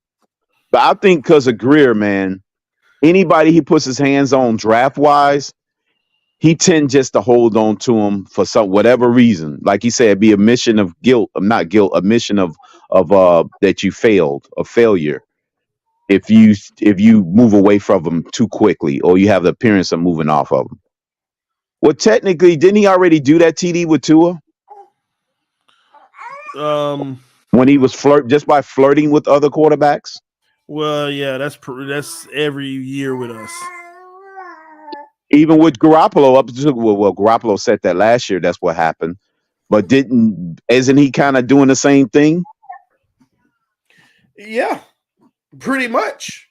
Because Tindall was supposed to hold down the middle. You just got your middle. Well, I gotta see what Fangio does, because now I gotta see how he lines it up, because Jerome Baker contract guaranteed.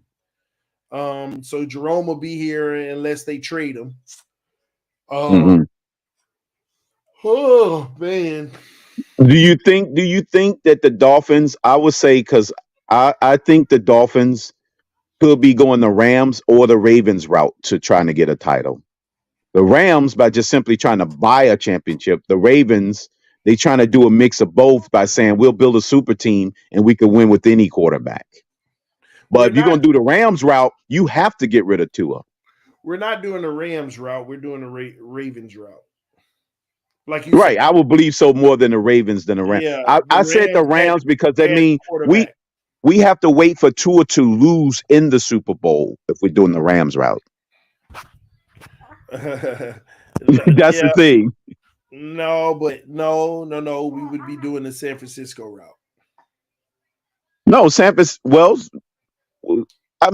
Fran could have won TD.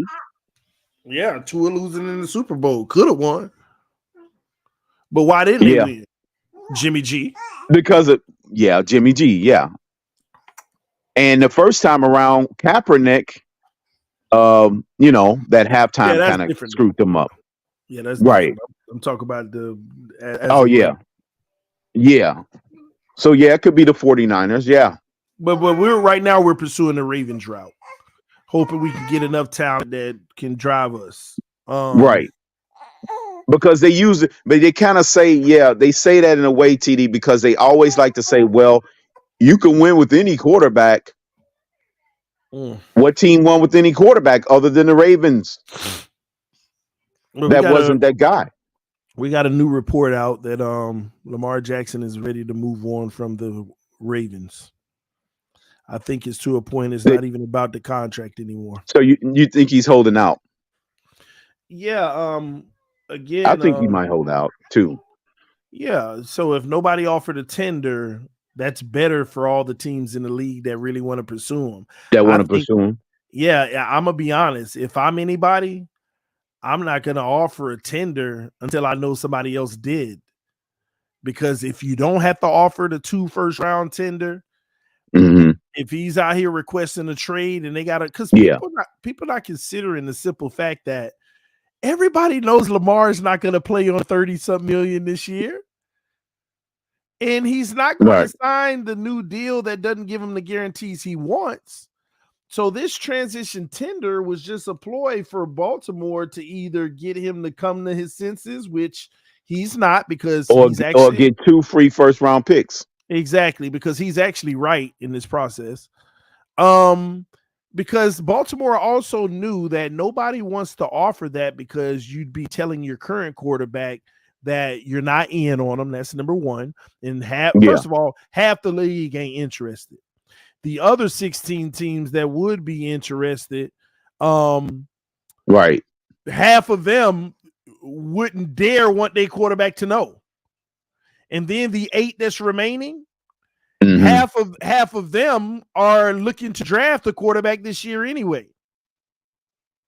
Right, because they're in the top 10. They're probably picking in the top 10 or the top half of the draft.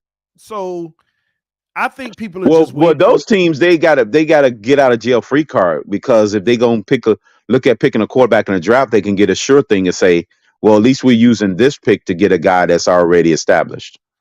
Yeah, Andrew Van Ginkel signed back for 1 year. I knew that was going to happen. But Van Ginkel, I think people are just waiting this situation out. They're just waiting it out. Just think about the Colts and Texans and the Carolina. Because, no, but it gets deeper than that because here, if Lamar says you ain't gonna get the Lamar you want at that $33 million, I'm not even gonna sit out. All right, I'm not coming to voluntaries.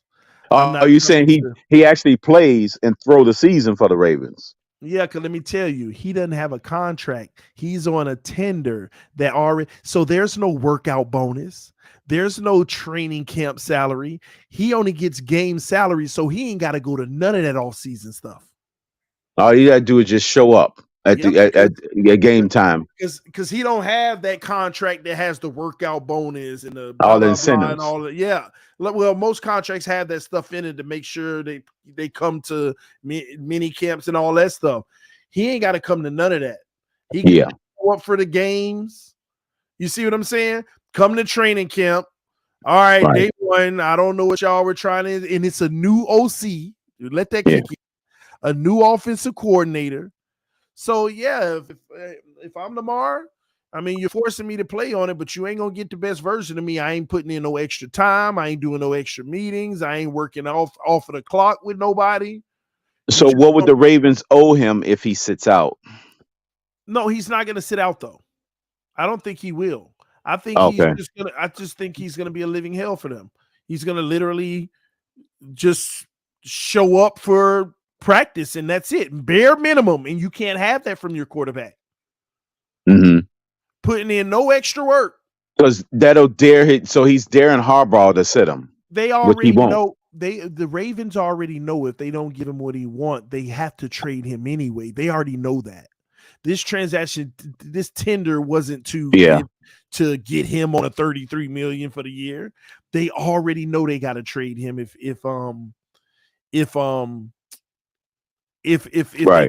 they don't give him the money. So at the end of the day, they're either going to give him the big contract or eventually they will trade him. Now that's where it gets tricky because Lamar, he can choose where he wants to go.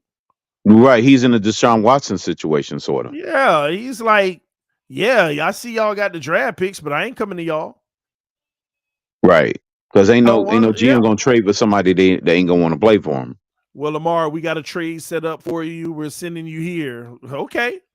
Ain't nobody gonna trade for him without speaking to him first. And when he speaks to him, I don't want to play for y'all.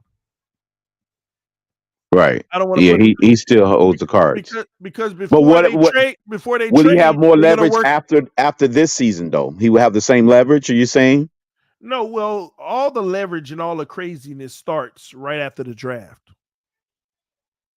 Okay. If he makes it to the draft, past the draft without a contract, boy, it's gonna be some rumbling secrets. But if he ends up still in Baltimore and do what you said, and our quarterback situation don't work out, what leverage do we have? Given that we'll only have just one pick, we have to create another pick. Let me tell you something. If Lamar still isn't signed after the draft, I don't care what nobody say. Miami will explore that option. People need to stop with this 5th-year option. So after the first, wait a minute, hold on. But they owe $22 million. No, Laramie Tunsil, we picked up his 5th-year option, and we traded him before it even was exercised. Before it went in effect. That don't mean nothing. A trade. And I am telling you so now. It would have to be a swap for that one of those first rounds if we already signed Tua.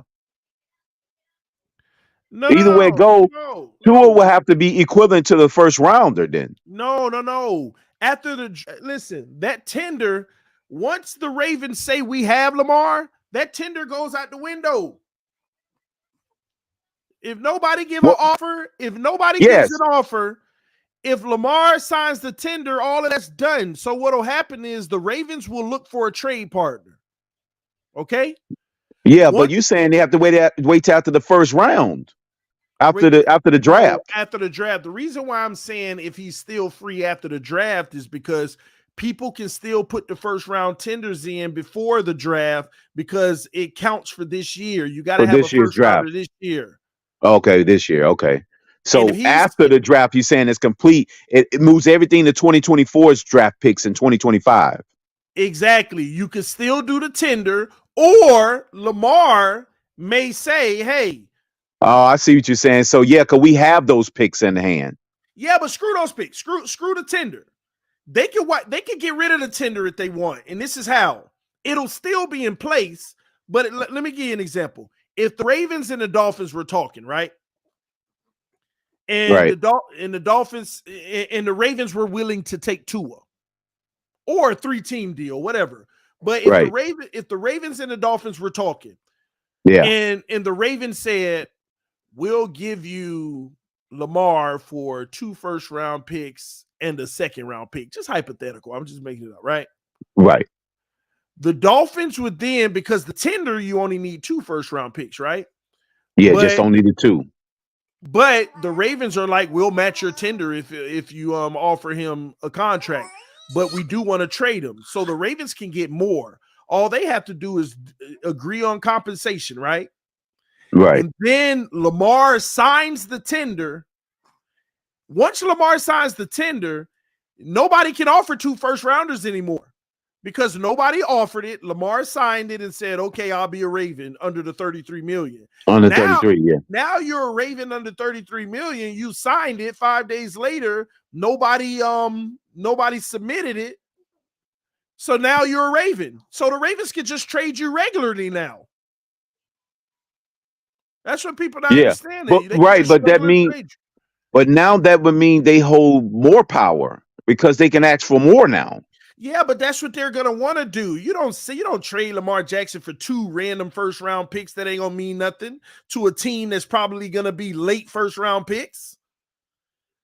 The Ravens knew this already. But if they forced to do it with us, then what difference does it make? No, but you're missing it. They can get more.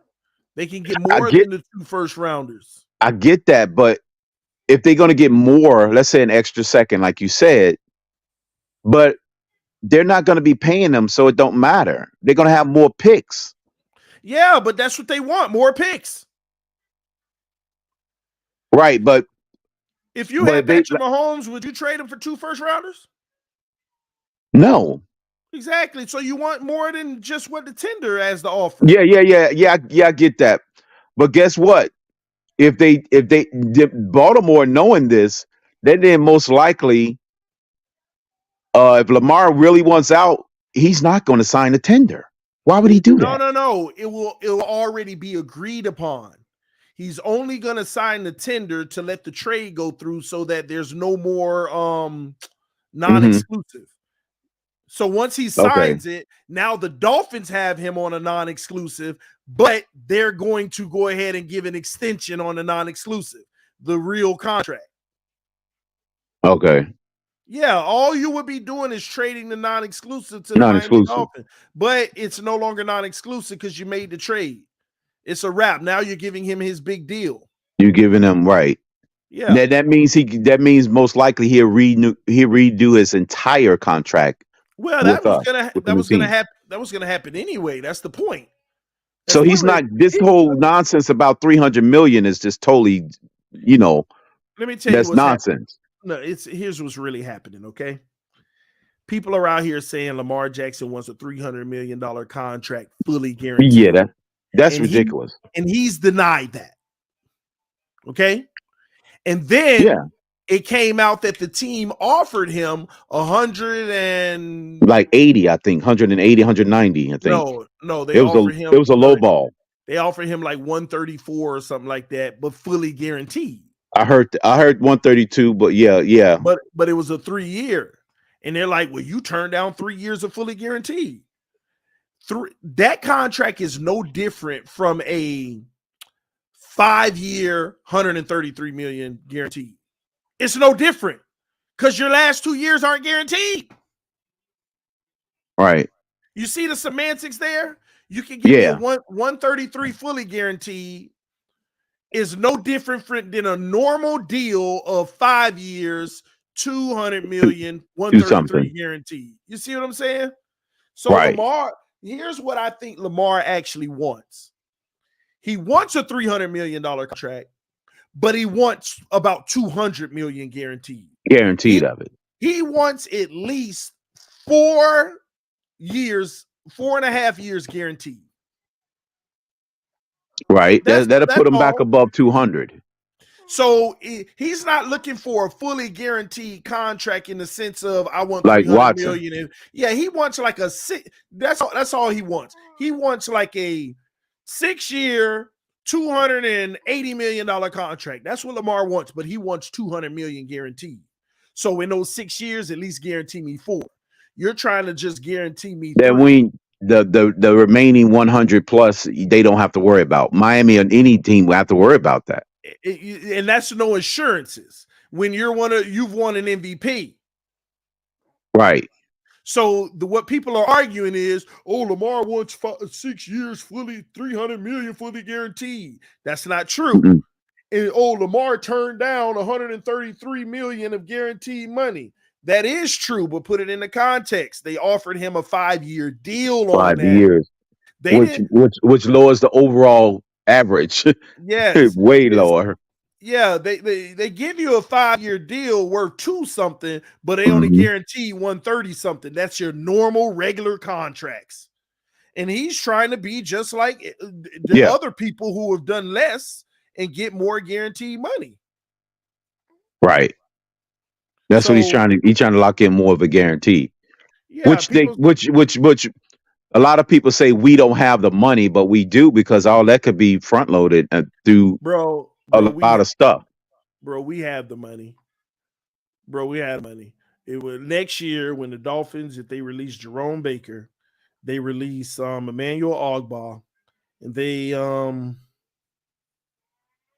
well, we don't have Jones, so them numbers is off the books anyways. Yeah, there's one more that's going to be off the books, right? When those 3 are released, we'll go from negative 47 million to like negative 5 or something like that, okay? Now, people also need to realize when you go ahead and give Christian Wilkins, Connor, and Hunt their extensions, right? That alone is going to clear up almost 30 million. Then on top of that, right, your next year you'll have even more extensions to give. Because next year you got to talk about Waddle's extension, you got to talk Jalen Phillips extension, you got to talk about who else is it? Waddle, Jalen Phillips, Javon Holland's extension. Yeah. And it might be more than that. Maybe I'm wrong, but it might be more than that. Was in the second round if he stays around. Robert Hunt. Hunt is this but it's year. Not going to be a lot of money. Hunt should get an extension this year. No, this is his third season. Hunt. Robert Hunt. I think we got one more year. Yeah, I think we got one more year for Hunt. Robert Hunt wasn't drafted with Tua. No, he was drafted with Waddle. You're right. So Hunt too. You're right. Thank you for that. So Robert Hunt as well. That draft. So when they get their extensions, it'll save immediate cap money for 2024. Okay. Then you got plus, they're gonna cut Tyreek and all these guys another check just to push it to the back end. So you're gonna create even more cap space. But you just have to make it through 2025, and then you'll be in 2026. You won't have the issue, but you also won't have the same team. Right. You'll have maybe Waddle still on the team, and you could replace Hill through the draft. Tyreek will be gone. Armstead will probably be gone unless they're going to do a restructure for a lower amount, but that's not likely because you already back into their contracts. A lot of those guys will be potentially gone. So that's how you get if that's what I'm saying with the guys that don't like. I mean, the guys that saying we ain't got enough money for Lamar. We got enough room to have all of them, Hill and Waddle, on the team, and just Waddle for at least most of the time. To prove to you we have the money, how much did the Saints pay Derek Carr? Like they paid him like 30-something million. Yeah, 37 or something like that. Yeah, 37. And they were negative 60 million. So right. The Saints, if we ain't learned nothing else, but we definitely need to learn from them because they figure it out no matter what. No matter how big of a hole they in. Yeah, I knew I wasn't tripping. The Hunt was drafted with Tua. He was? Okay, 42nd pick. Okay, yeah. You got me off of my position. No, TD, I was thinking because they did move up 8 slots. That's right. I think it was the following year they moved up from 50 to 42 and got him. So yeah. So that was the Tua draft. Okay, that was the very next round. Yep. So all these guys got to get paid. I said this 2 years ago. I said the issue with first round picks, everybody got to get paid at some point if they work out. I want you to think people better be lucky that Austin Jackson. Like, what if Austin Jackson has a Pro Bowl season? Well, he's going to have the same argument as Tua then. He literally can use the same argument. If he has a Pro Bowl year. I agree, but here's my thing. You can't afford everybody. Somebody got to go. Because Tua's about to start getting paid himself. And remember, if we become the 49ers, then you keep the lineman and you get rid of the quarterback. And remember, in a trade for Lamar, if we're the Ravens, you get rid of the lineman and keep the quarterback. Yeah, but in a trade with the Ravens, if we sent Tua, remember half the salary already paid next year because $23 million Tua was supposed to make. Right. So we got the money. So that means, right. If we get you're saying if we keep Jackson, that Tua money goes off the books. No. I was just making that up. What I'm saying is if we traded Tua to Baltimore for Lamar and some picks or whatever, right. Then remember, Lamar, we already got $23 million going towards Tua next year. That won't happen anymore. That goes straight to Lamar and then just make up the rest, and we'll have plenty for that.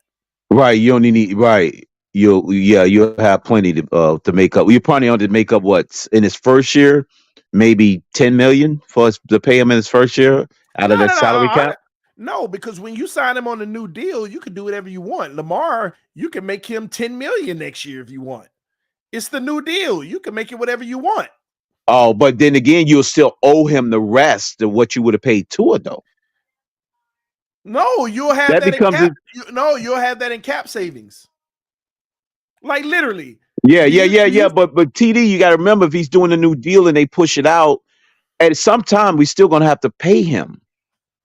Yeah, but you can push it back to 2026 and further because you're giving him a 5-6 year deal. Okay. It's just that whatever he agreed to, whatever guarantee up front, he'll be willing to take on the back end to be pushed back. No. He's going to get his money up front in signing bonus. Right. It's just from a cap hit standpoint, you can push it. Yeah, you could push it. Yeah, okay. Yeah. Hey, but listen, Crypto, I got an appointment literally at 1:00, so I got to roll.